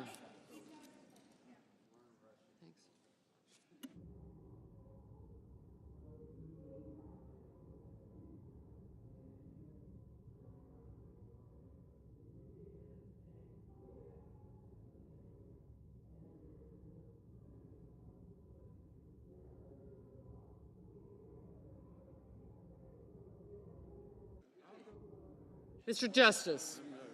No.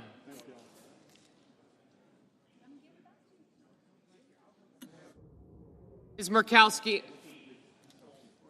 No.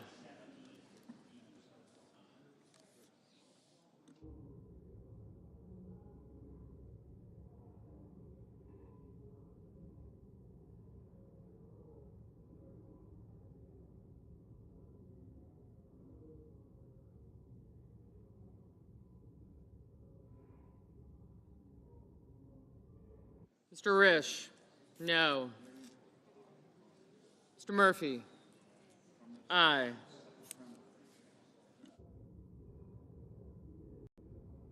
Ms. Hirono? Aye.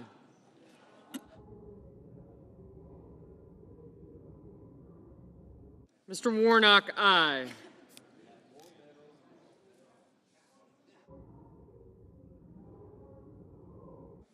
Mr. Wicker, no.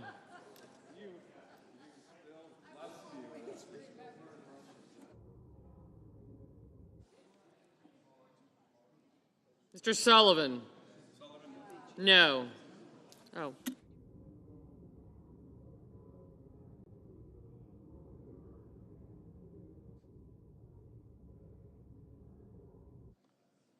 Mr. Markey?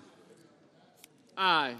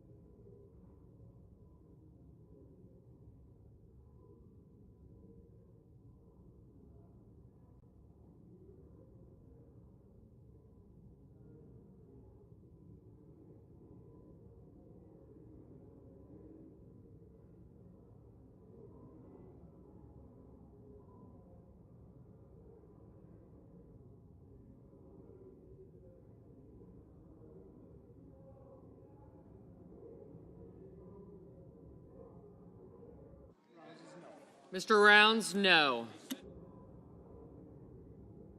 Mr. Marino? No.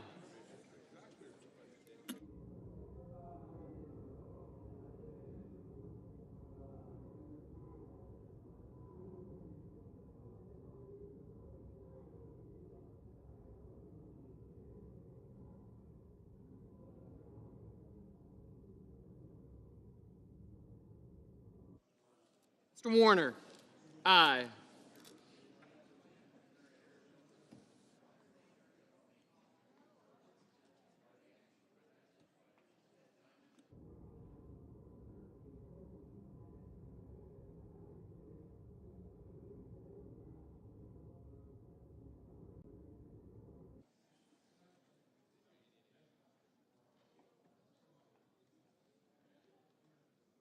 Mr. McCormick?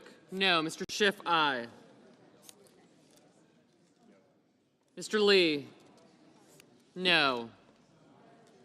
Ms. Cantwell? Aye. Mr.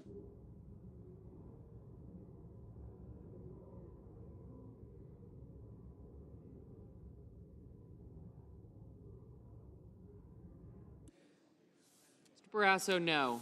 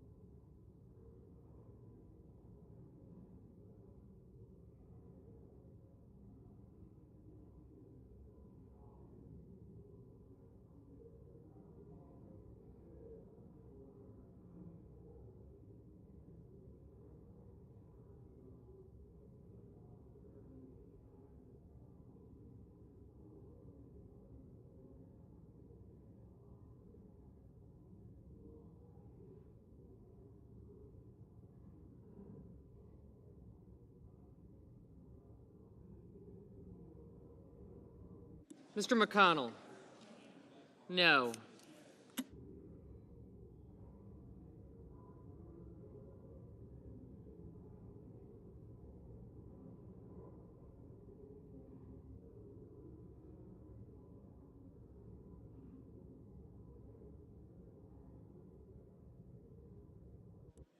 Mr. Scott of South Carolina, no.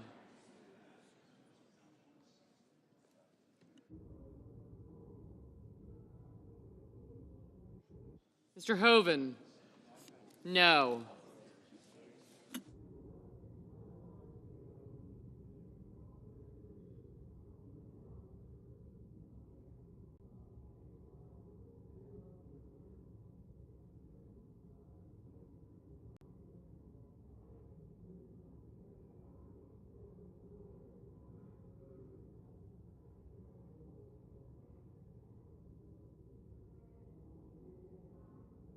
Mrs. Gillibrand, aye.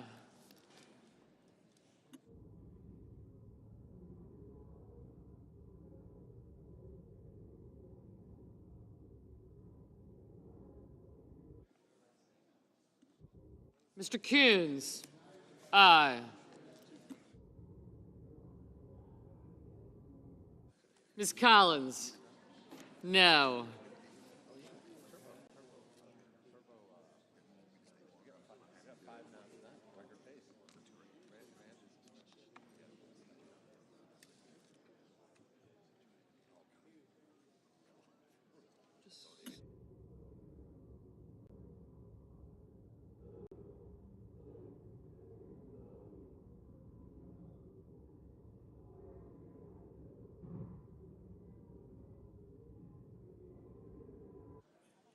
Mr. Scott of Florida, no.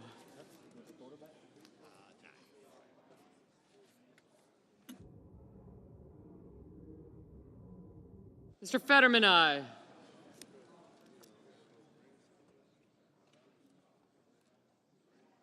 Booker and Kelly.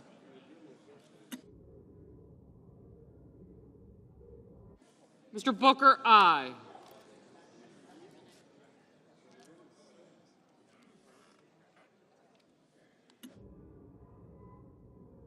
Mr. Kelly, aye.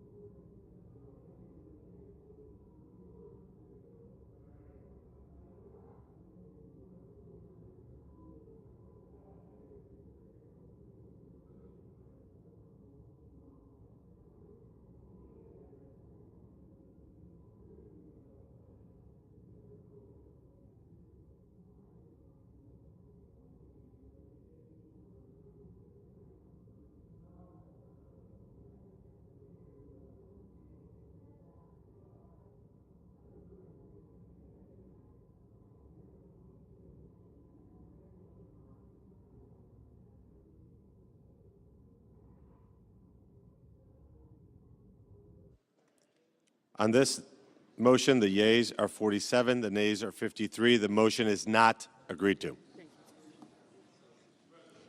I recognize the senator from Massachusetts. Mr. President, I have a motion to commit at the desk. The clerk will report.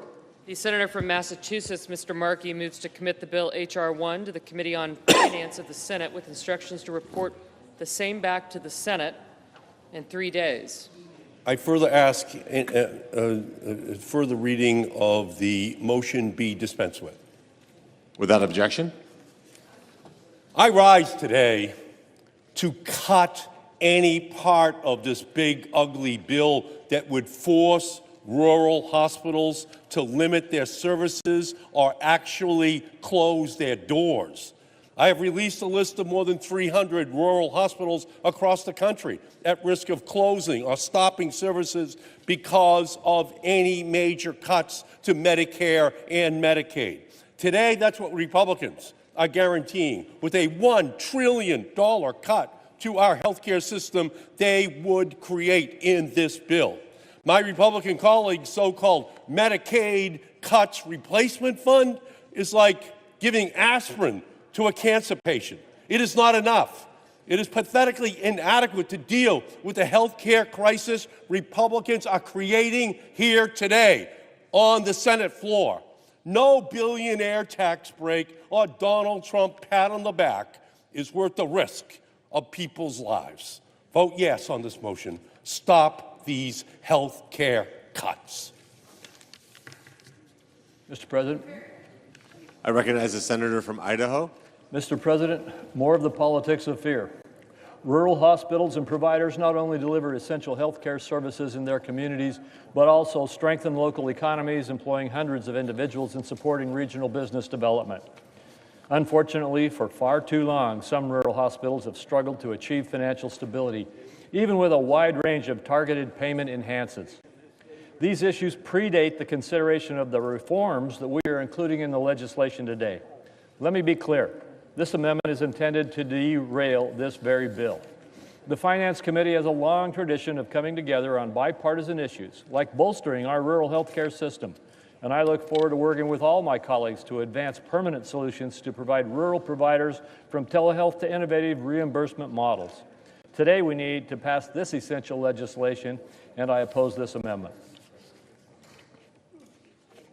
The motion is on the motion. Is there a sufficient second? There appears to be. The clerk will call the roll. Ms. Also Brooks. Ms. Baldwin.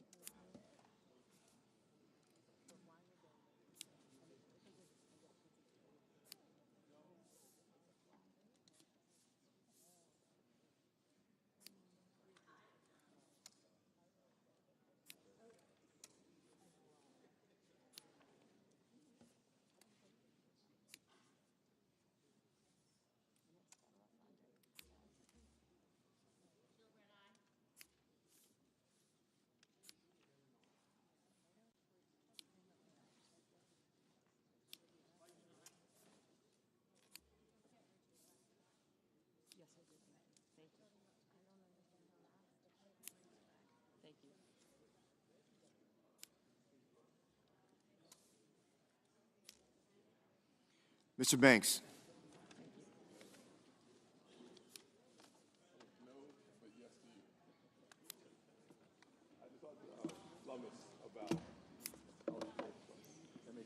Mr. Barrasso.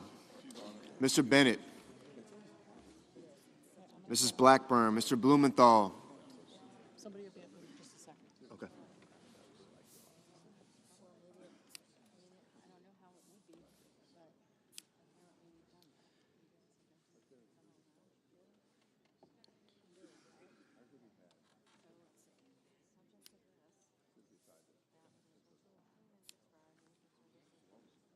Ms. Blunt Rochester. Mr. Booker, Mr. Bozeman.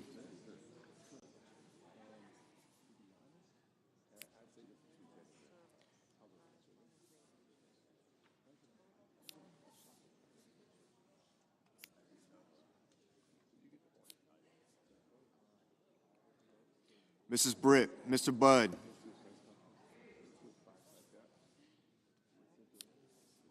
Ms. Cantwell.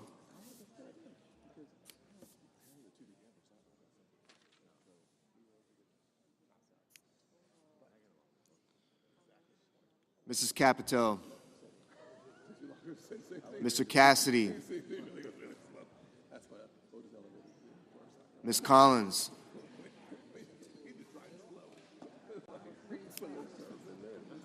Mr. Coons, Mr. Cornyn, Ms. Cortez Masto. Mr. Cotton, Mr. Kramer, Mr. Crapo, Mr. Cruz, Mr. Curtis,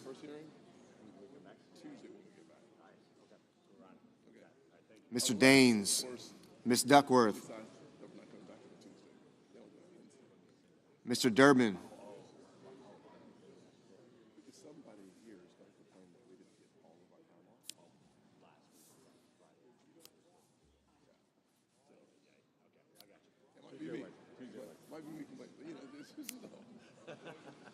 Ms. Ernst.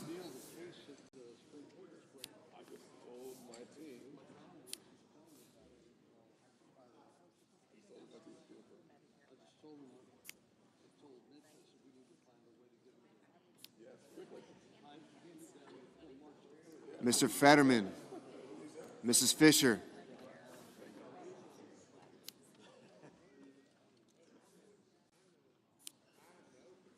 Mr. Gallego, Mrs. Gillibrand, Mr. Graham,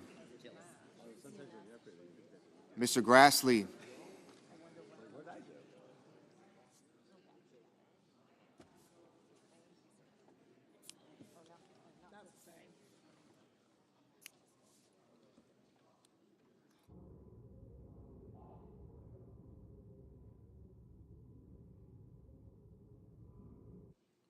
Mr. Haggerty, Ms. Hassan,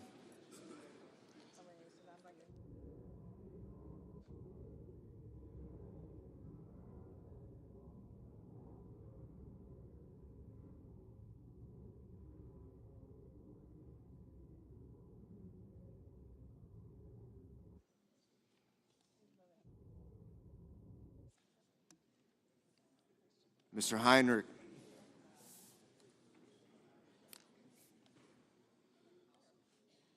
Mr. Hickenlooper, Ms. Hirono,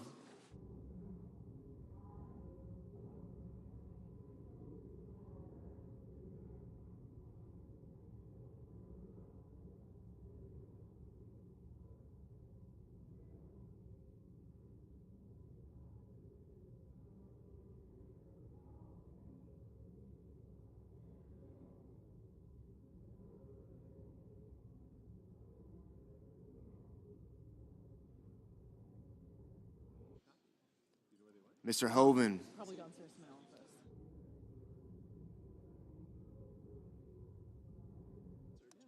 Mr. Husted, Mrs. Hyde-Smith,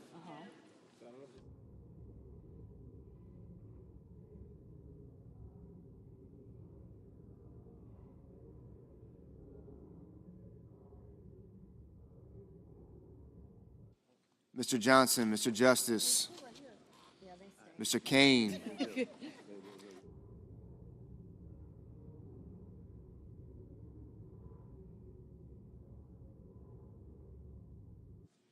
Mr. Kelly, Mr. Kennedy,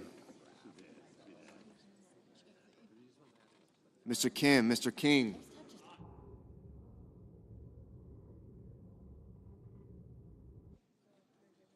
Ms. Klobuchar, Mr. Lankford, Mr. Lee, Mr. Lujan, Ms. Lummis, Mr. Markey,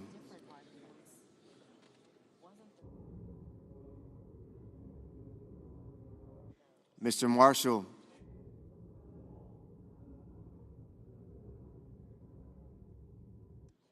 Mr. McConnell, Mr. McCormick,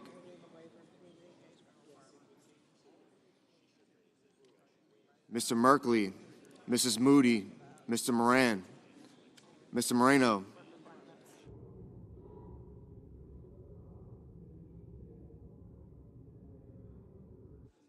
Mr. Mullen, Ms. Murkowski,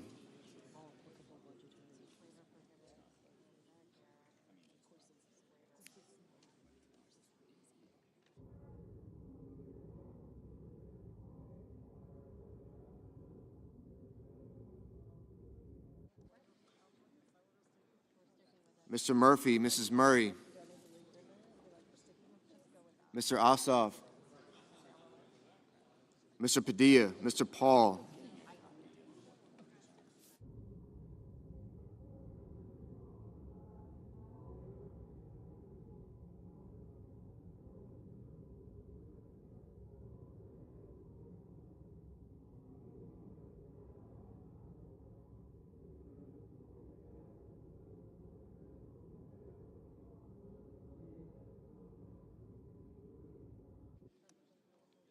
Mr. Reed, Mr. Ricketts,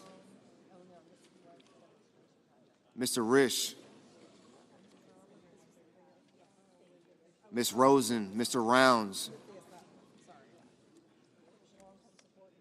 Mr. Sanders, Mr. Schatz, Mr. Schiff, Mr. Schmidt, Mr. Schumer, Mr. Scott of Florida, Mr. Scott of South Carolina, Mrs. Shaheen, Mr. Sheehy, Ms. Slotkin, Ms. Smith, Mr. Sullivan,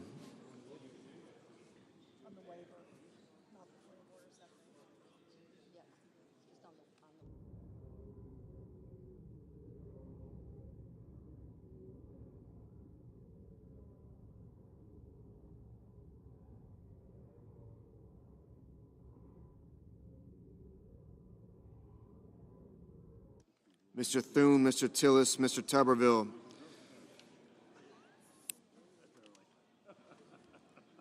Mr. Van Hollen, Mr. Warner, Mr. Warnock, Ms. Warren, Mr. Welch, Mr. Whitehouse, Mr. Wicker, Mr. Wyden, Mr. Young.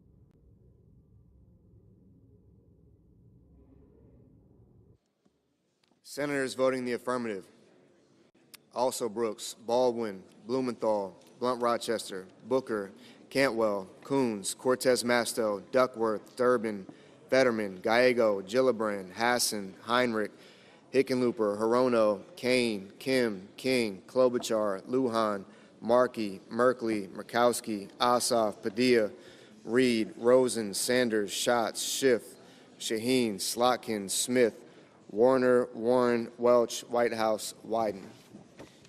Senators voting in the negative: Banks, Barrasso, Blackburn, Britt, Budd, Capito, Cornyn, Cotton, Kramer, Crapo, Cruz, Daines, Ernst, Fisher, Graham, Grassley, Haggerty, Husted, Hyde-Smith, Johnson, Justice, Kennedy, Lankford, Lee, Lummis, Marshall, Moody, Moran, Moreno, Mullen, Paul, Schmidt, Scott of Florida, Scott of South Carolina, Sheehy, Thune, Tillis, Tuberville, and Wicker.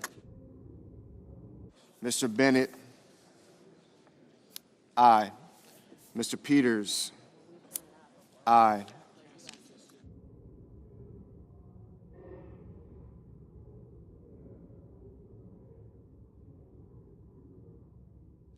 Mr. Cassidy, no. Mr. Bozeman, no.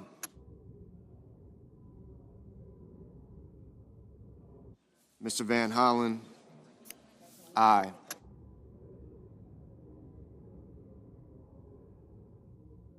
Mr. Murphy, aye.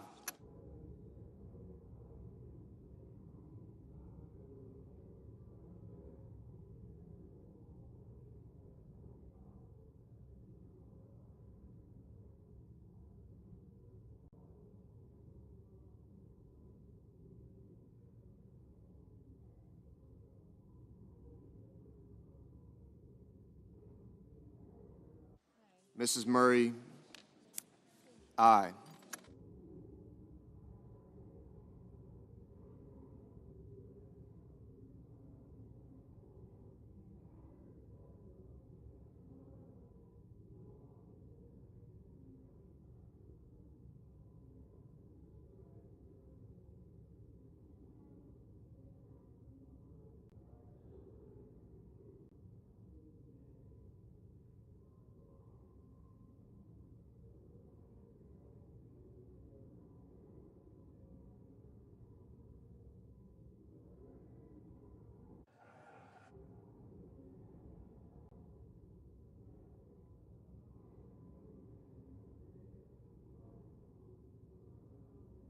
Mr. Rounds. Mr. Rounds, no.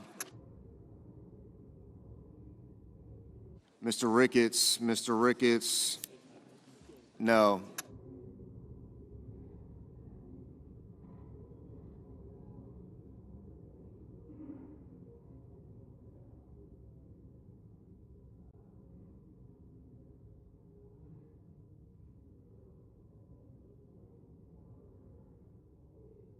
Mr. Hawley. Mr. Hawley, no.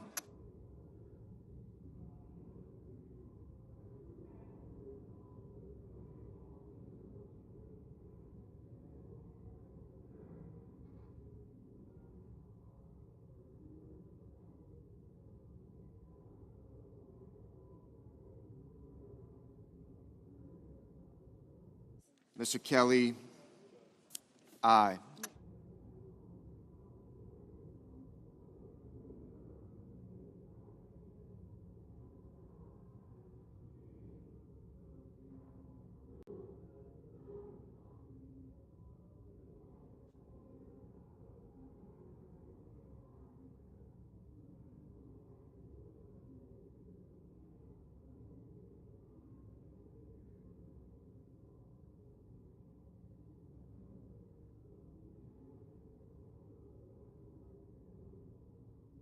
Mr. Young, no.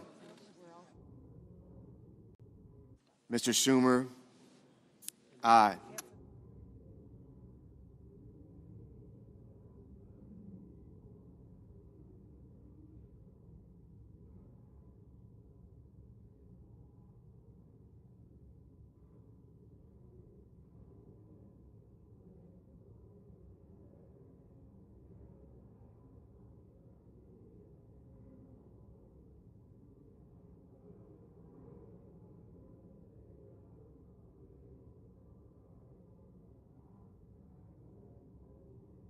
Mr. McCormick, Mr. McCormick, no.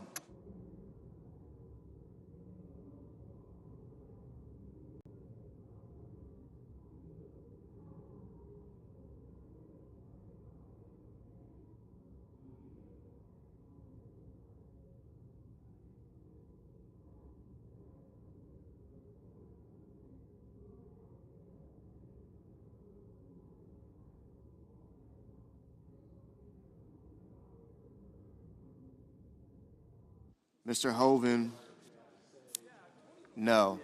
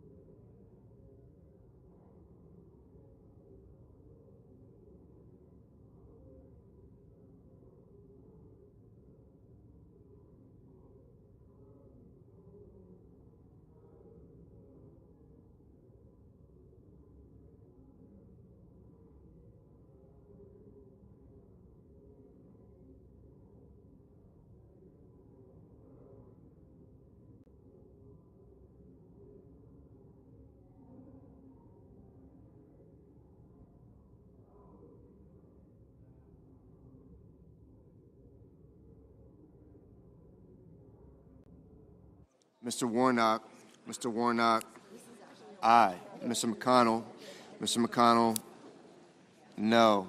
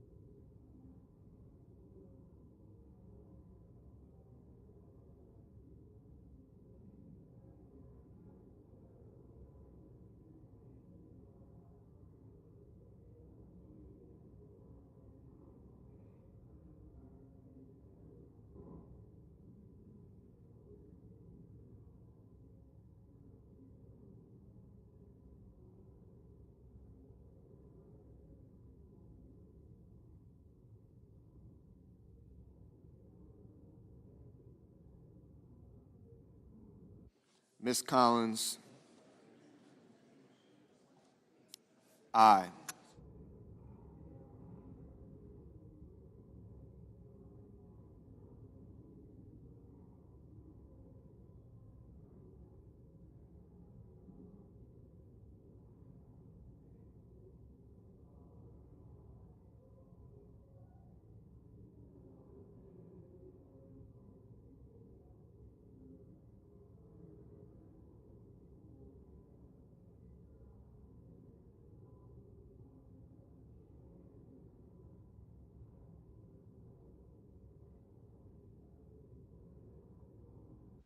Mr. Sullivan. Mr. Sullivan. No. Mr. Risch. No.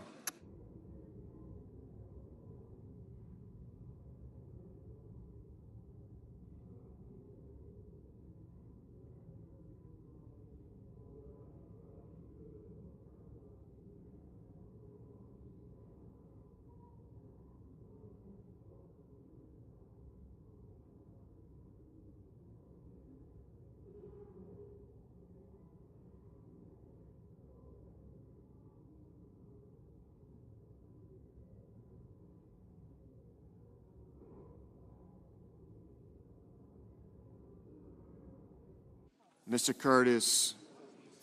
No.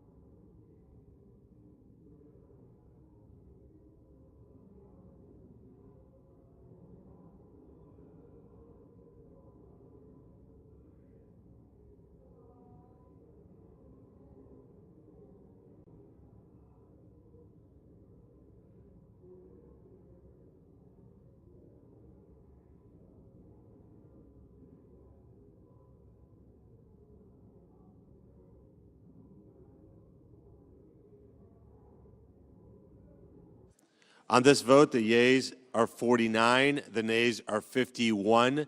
The motion is not agreed to. Mr. President. I recognize the Majority Leader. Thank you, Mr. President. Mr. President, I ask unanimous consent that it be in order for the following senators to be recognized to offer amendments, motions, or points of order, that the amendments be reported by number with no amendments in order prior to a vote in relation to the amendments or motions. Wyden, motion to commit. Coons, motion to commit. Without objection.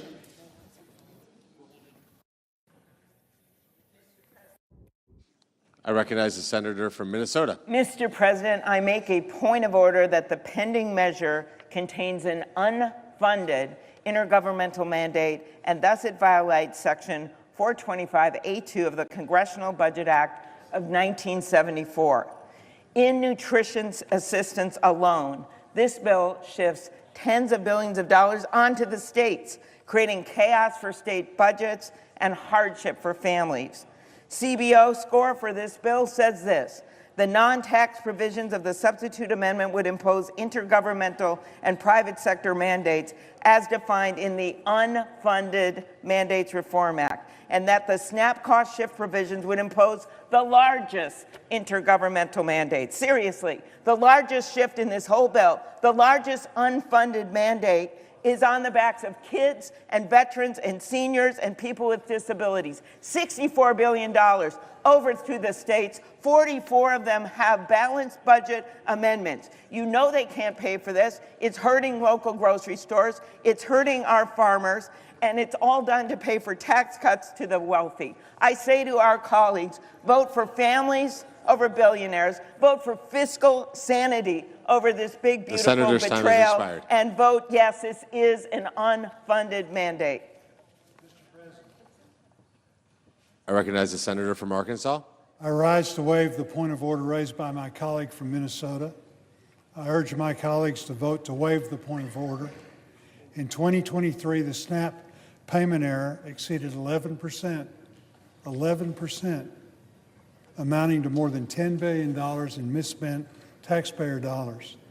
This underscores the need for stronger state accountability in administering this program. This title incentivizes states to be a better steward of taxpayer dollars, to use resources that are prioritized for those most in need. If a state's payment error is below 6%, that state is exempt from any share of the cost of SNAP benefits. This is a reasonable approach that will help preserve the integrity and long-term sustainability of the program. There is ample time for the states to adjust, plan, and budget for this to take effect in 2028. States can also work to lower their payment error rate over the next couple of years so that they would be exempt from the match altogether. I move to waive the point of order for the consideration of the pending legislation and ask for the yeas and nays. Is there a sufficient second? There appears to be. The clerk will call the roll. Ms. Alsor-Brooks, Ms. Baldwin. Johnson. Thank you, ma'am.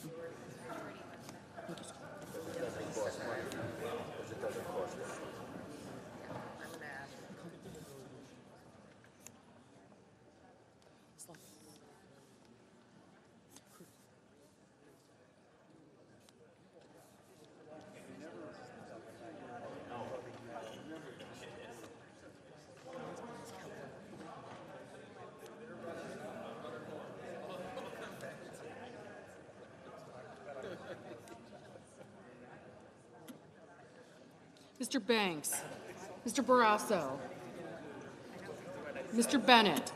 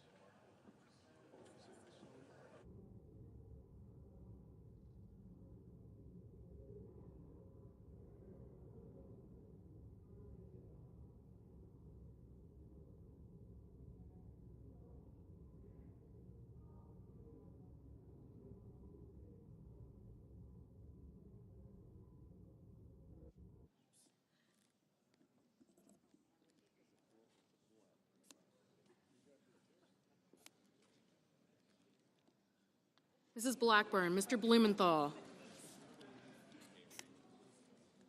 Ms. Blunt Rochester, Mr. Booker, Mr. Bozeman, Mrs. Britt, Mr. Budd, Ms. Cantwell, Mrs. Capito, Mr. Cassidy, Ms. Collins, Mr. Coons, Mr. Cornyn, Ms. Cortez Masto,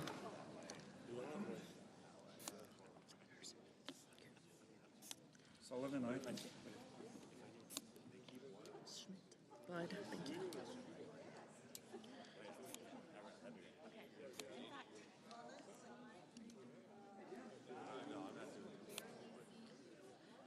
Mr. Cornyn, Ms. Cortez Masto, Mr. Cotton, Mr. Kramer, Mr. Crapo, Mr. Cruz, Mr. Curtis, Mr. Daines, Ms. Duckworth, Mr. Durbin,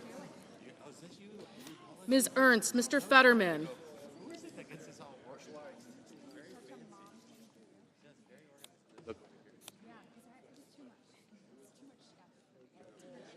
Ms. Ernst, Mr. Fetterman, Mrs. Fisher, Mr. Gallego,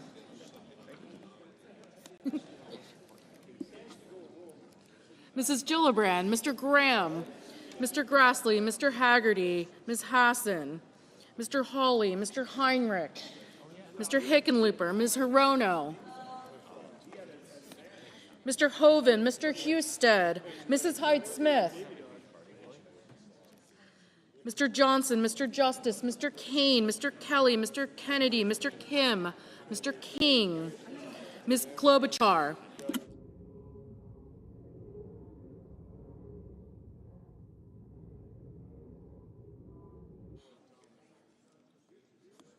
Mr. Langford, Mr. Lee, Mr. Lujan, Ms. Lummis, Mr. Markey, Mr. Marshall, Mr. McConnell, Mr. McCormick, Mr. Merkley, Mr. Moody, Mrs. Moody, Mr. Moran, Mr. Moreno,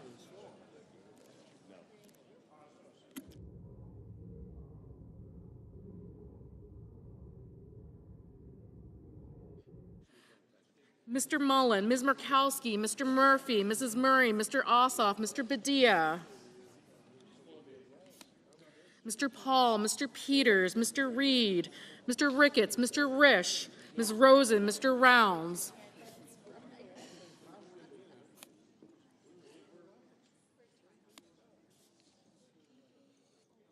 Mr. Sanders, Mr. Schatz, Mr. Schiff, Mr. Schmidt, Mr. Schumer, Mr. Scott of Florida, Mr. Scott of South Carolina, Mrs. Shaheen, Mr. Sheehy, Ms. Slotkin, Ms. Smith, Mr. Sullivan, Mr. Thune, Mr. Tillis, Mr. Tuberville, Mr. Van Hollen,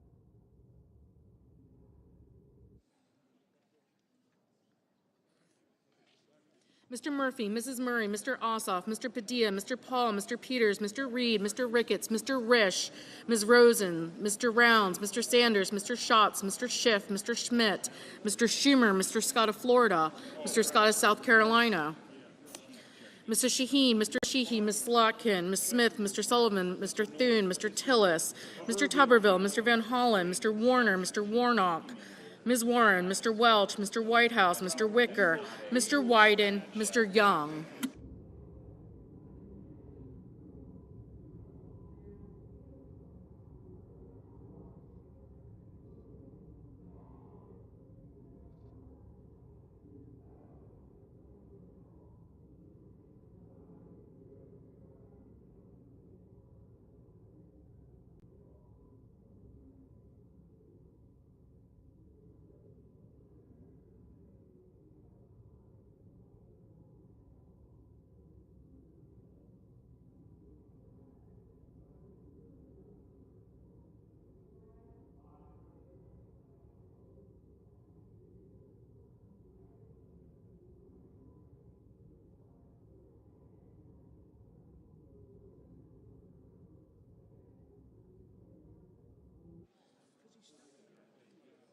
Senators voting in the affirmative: Banks, Blackburn, Bozeman, Britt, Budd, Capito, Cassidy, Cornyn, Cotton, Kramer, Crapo, Cruz, Curtis, Daines, Ernst, Fisher, Graham, Grassley, Hoven, Husted, Johnson, Justice, Langford, Lee, Lummis, Marshall, McConnell, McCormick, Moody, Moran, Moreno, Mullen, Paul, Ricketts, Rounds, Schmidt, Scott of Florida, Sheehy, Sullivan, Thune, Tillis, Tuberville, and Young.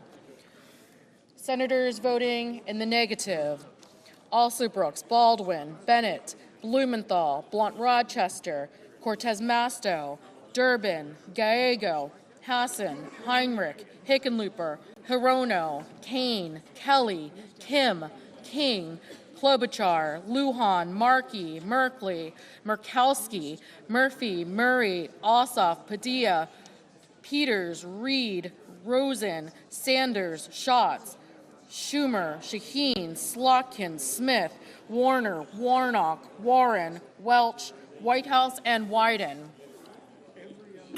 Mr. Wicker, aye.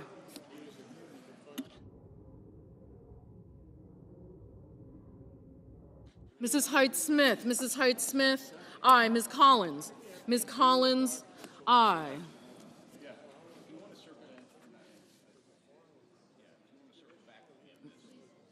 Mr.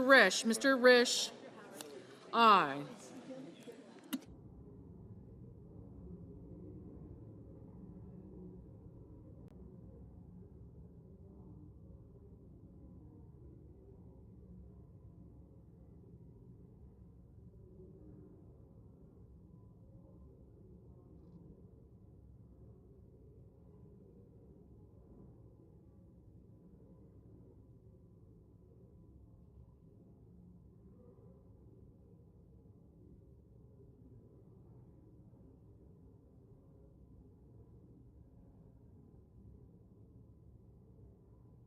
Mrs. Gillibrand, no.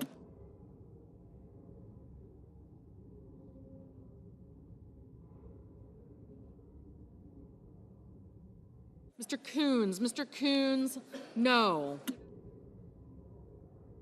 Ms. Duckworth, no. Mr.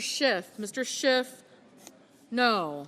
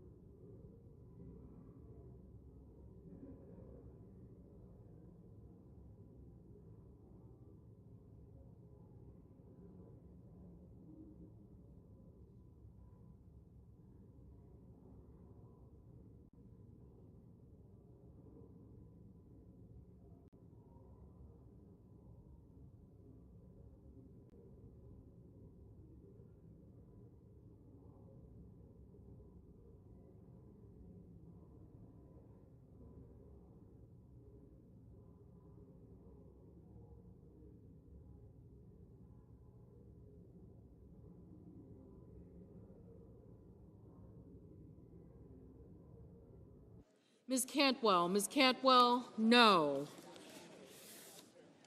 Mr. Van Hollen, no.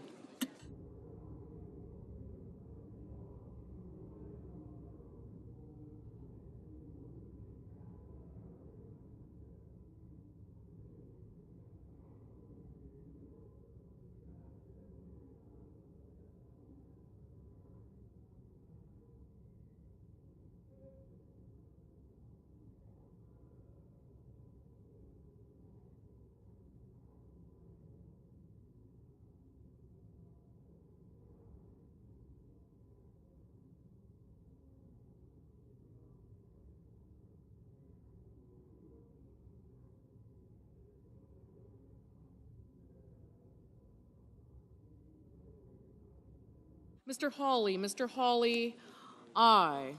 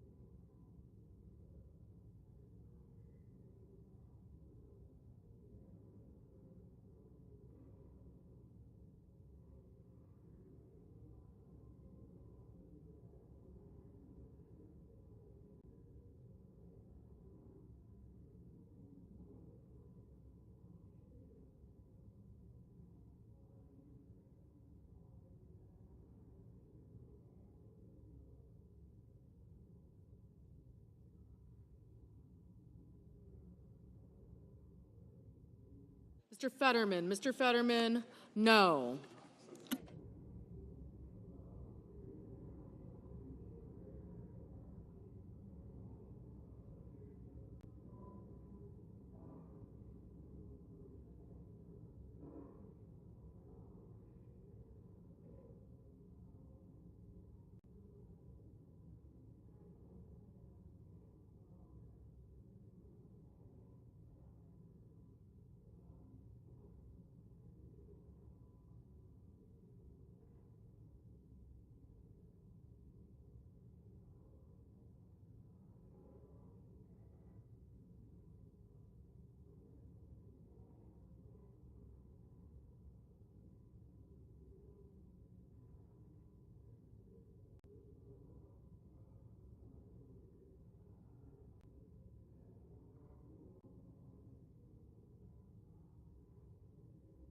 Mr. Kennedy, aye.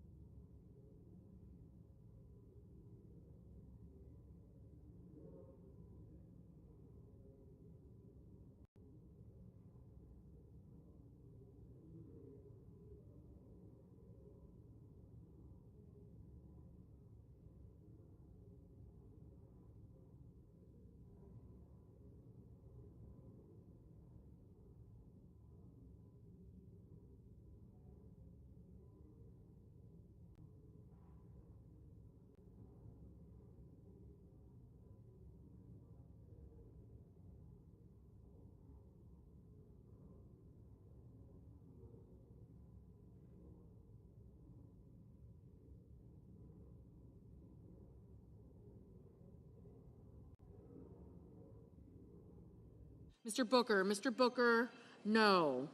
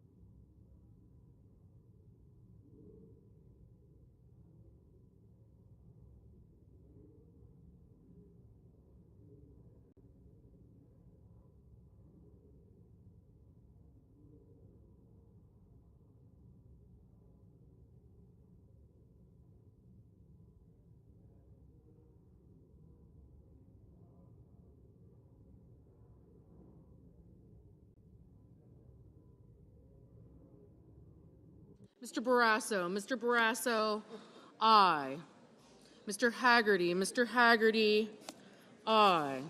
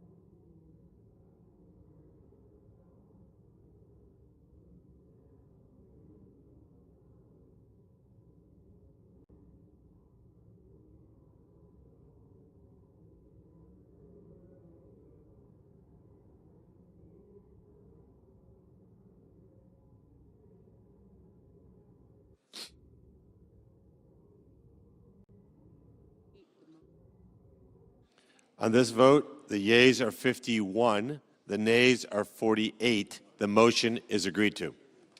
President. I recognize the senator from Oregon. Mr. President, I have a motion to commit at the desk. The clerk will report. Senator from Oregon, Mr. Wyden, moves to commit the bill H.R. 1 to the Committee on Finance with instructions to report back forthwith. Mr. President, I ask that further reading of the motion be dispensed with. Without objection. Mr. President, this is a motion supported by all Finance Democrats to send the bill back to the Finance Committee to strike all the Medicaid cuts and ensure that big corporations and the ultra-wealthy pay their fair share in taxes. It is now clear that there is bipartisan opposition in the Senate to the Medicaid cuts in this bill. That's because it's the biggest Medicaid cut in history and represents the largest transfer of wealth in history. It is caviar over kids, hedge funds over health care, Mar-a-Lago over the middle class. These Medicaid cuts are going to reach down into every corner of our nation's health care system. As we've heard from rural America, rural hospitals will close their doors. Seniors are going to lose care at home and be left with fewer nursing homes and fewer nurses. Kids with disabilities will lose health care. We saw them on the steps of the Capitol last night. Never have I seen legislation Senator's time's expired. focused on denying health care to eligible Americans. Senator's time is expired. An opportunity to take these awful Medicaid cuts off the table and find another way forward. I yield back. Mr. President. I recognize the senator from Kansas. Mr. President, good morning. It's great to be here. I just want to share with America the great work that Republicans have done on Medicaid, that we're preserving it, we're protecting it, we're strengthening it for those who need it the most. We're going to make sure that your seniors in nursing homes, that pregnant women, that children, that people on disabilities have Medicaid in the future. We are fiscally making Medicaid more sound. You know, it's only in Washington, D.C. that you increase spending at a rate faster than inflation, and you call it a cut. So we're increasing spending on this legislation. We're increasing funding for Medicaid. We are preserving and protecting it for those who need it the most. I urge everyone to vote no on this amendment. Thank you. Are you? The questions on the motion. Is there a sufficient second? There appears to be. The clerk will call the roll. Ms. Also-Rooks, Ms. Baldwin.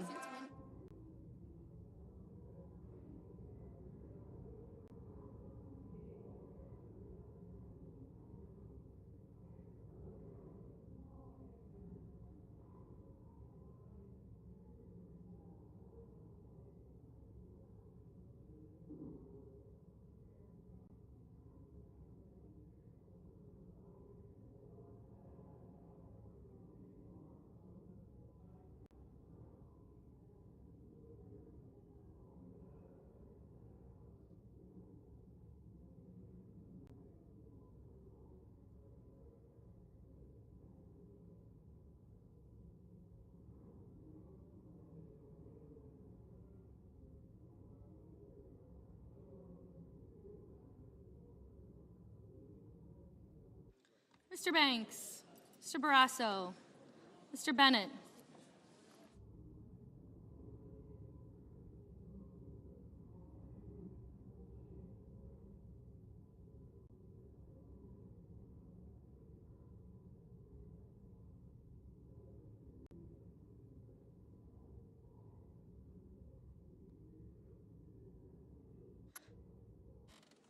Mrs. Blackburn, Mr. Blumenthal, Ms. Blunt-Rochester, Mr. Booker, Mr. Bozeman,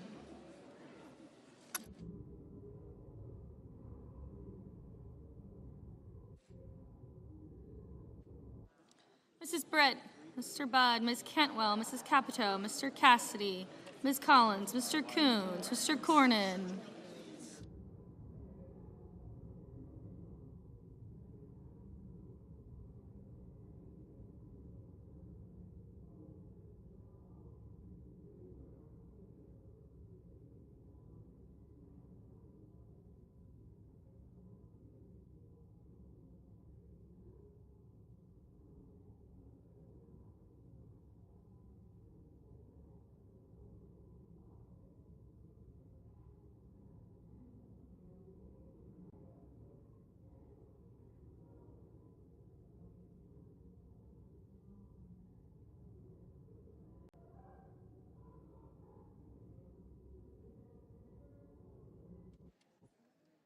Ms. Cortez Masto.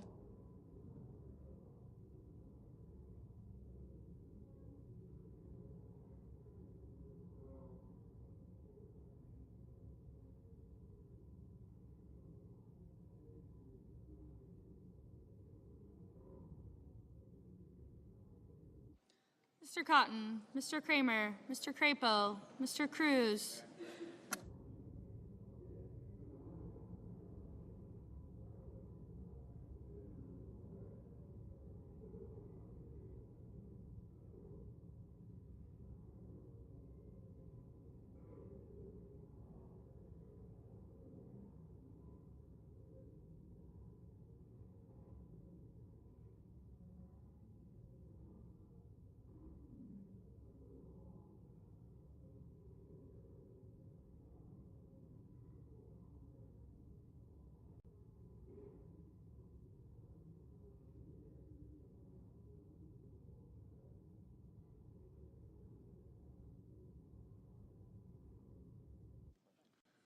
Mr. Cruz, Mr. Curtis, Mr. Daines, Ms. Duckworth, Mr. Durbin, Ms. Ernst, Mr. Fetterman, Mrs. Fisher, Mr. Gallego, Mrs. Gillibrand, Mr. Graham, Mr. Grassley.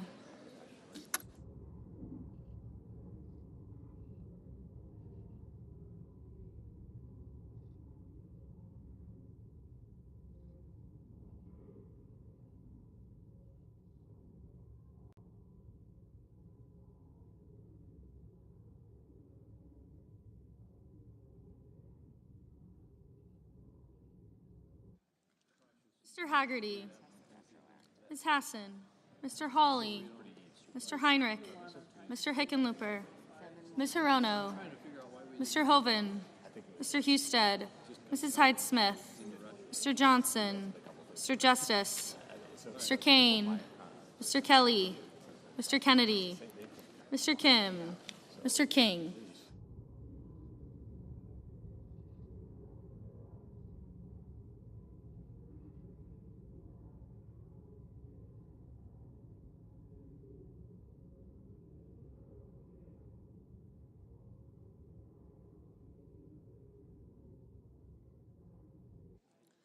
Ms. Klobuchar, Mr. Langford, Mr. Lee, Mr. Lujan, Ms. Lummis, Mr. Markey, Mr. Marshall, Mr. McConnell, Mr. McCormick, Mr. Merkley, Mrs. Moody, Mr. Moran, Mr. Marino, Mr. Mullen, Ms. Murkowski, Mr. Murphy, Mrs. Murray, Mr. Ossoff, Mr. Padilla, Mr. Paul, Mr. Peters, Mr. Reed, Mr. Ricketts, Mr. Risch, Ms. Rosen, Mr. Rounds.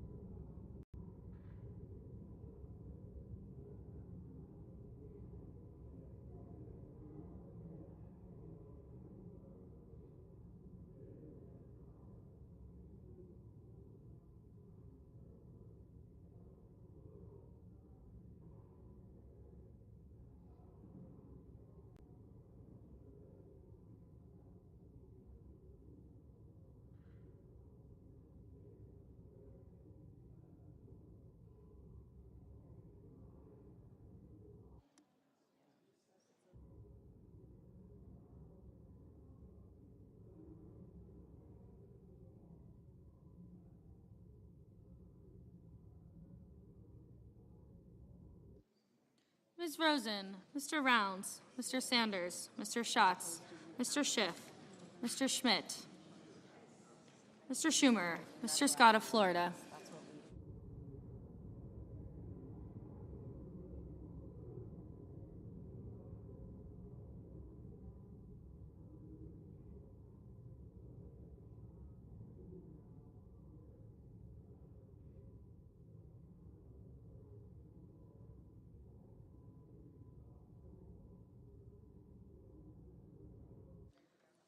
Mr. Schmidt, Mr. Schumer, Mr. Scott of Florida, Mr. Scott of South Carolina, Mrs. Shaheen, Mr. Sheehy, Ms. Slotkin, Ms. Smith, Mr. Sullivan, Mr. Thune, Mr. Tillis, Mr. Tuberville, Mr. Van Hollen, Mr. Warner, Mr. Warnock, Ms. Warren, Mr. Welch, Mr. Whitehouse, Mr. Wicker, Mr. Wyden, Mr. Young.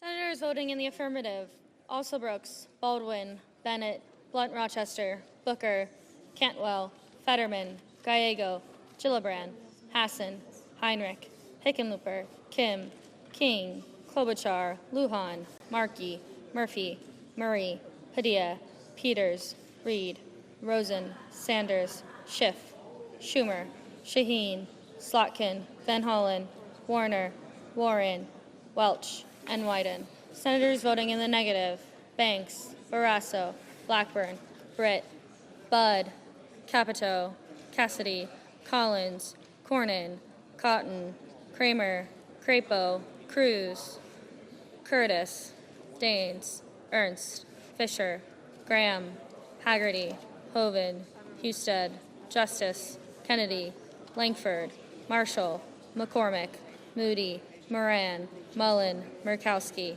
Hall, Ricketts, Risch, Rounds, Schmidt, Scott of Florida, Scott of South Carolina, Sheehy, Thune, Tillis, Tuberville, and Young.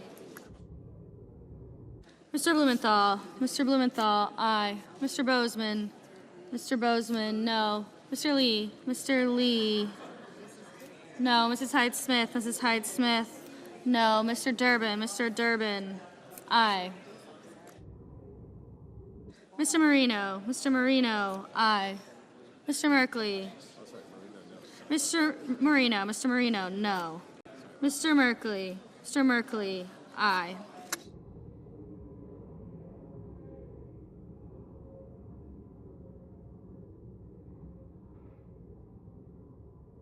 Ms. Cortez Masto, aye. Mr. Sullivan, no.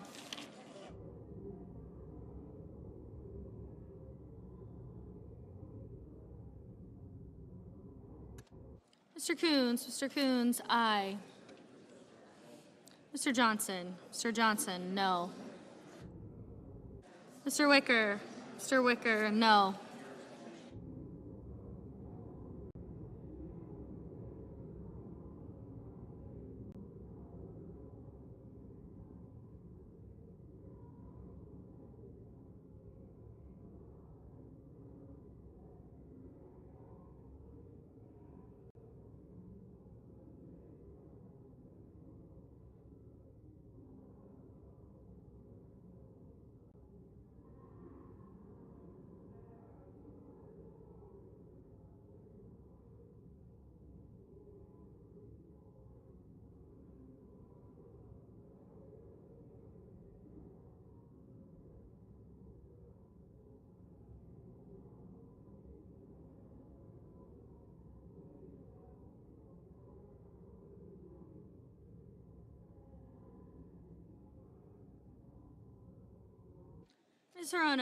Ms. Hirono, aye.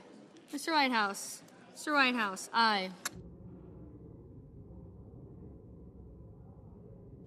Mr. Ossoff, aye.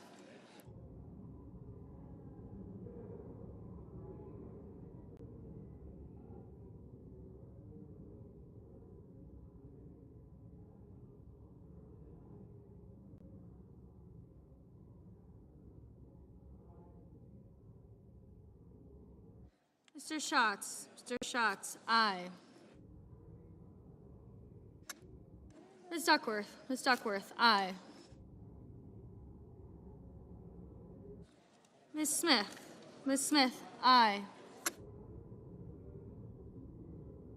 Mr. Kane, aye.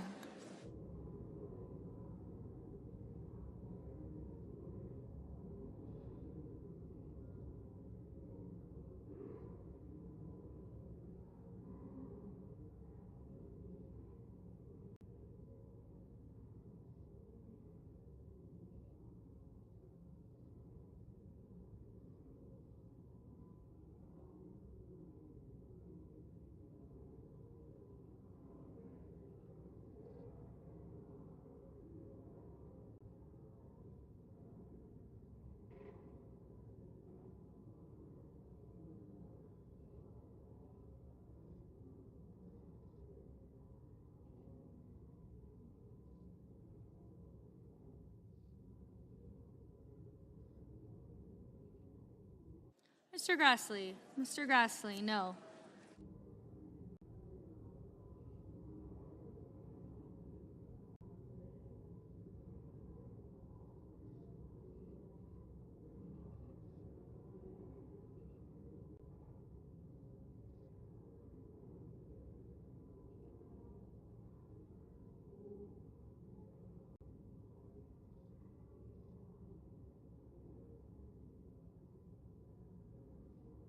Mr. Kelly.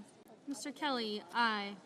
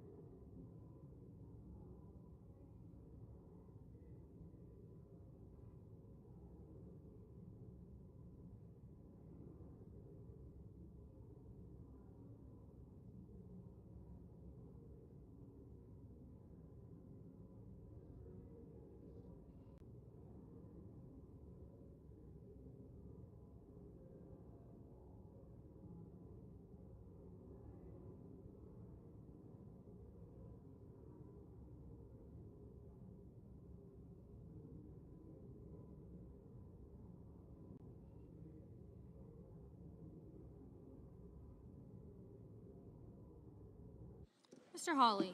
Mr. Hawley, no.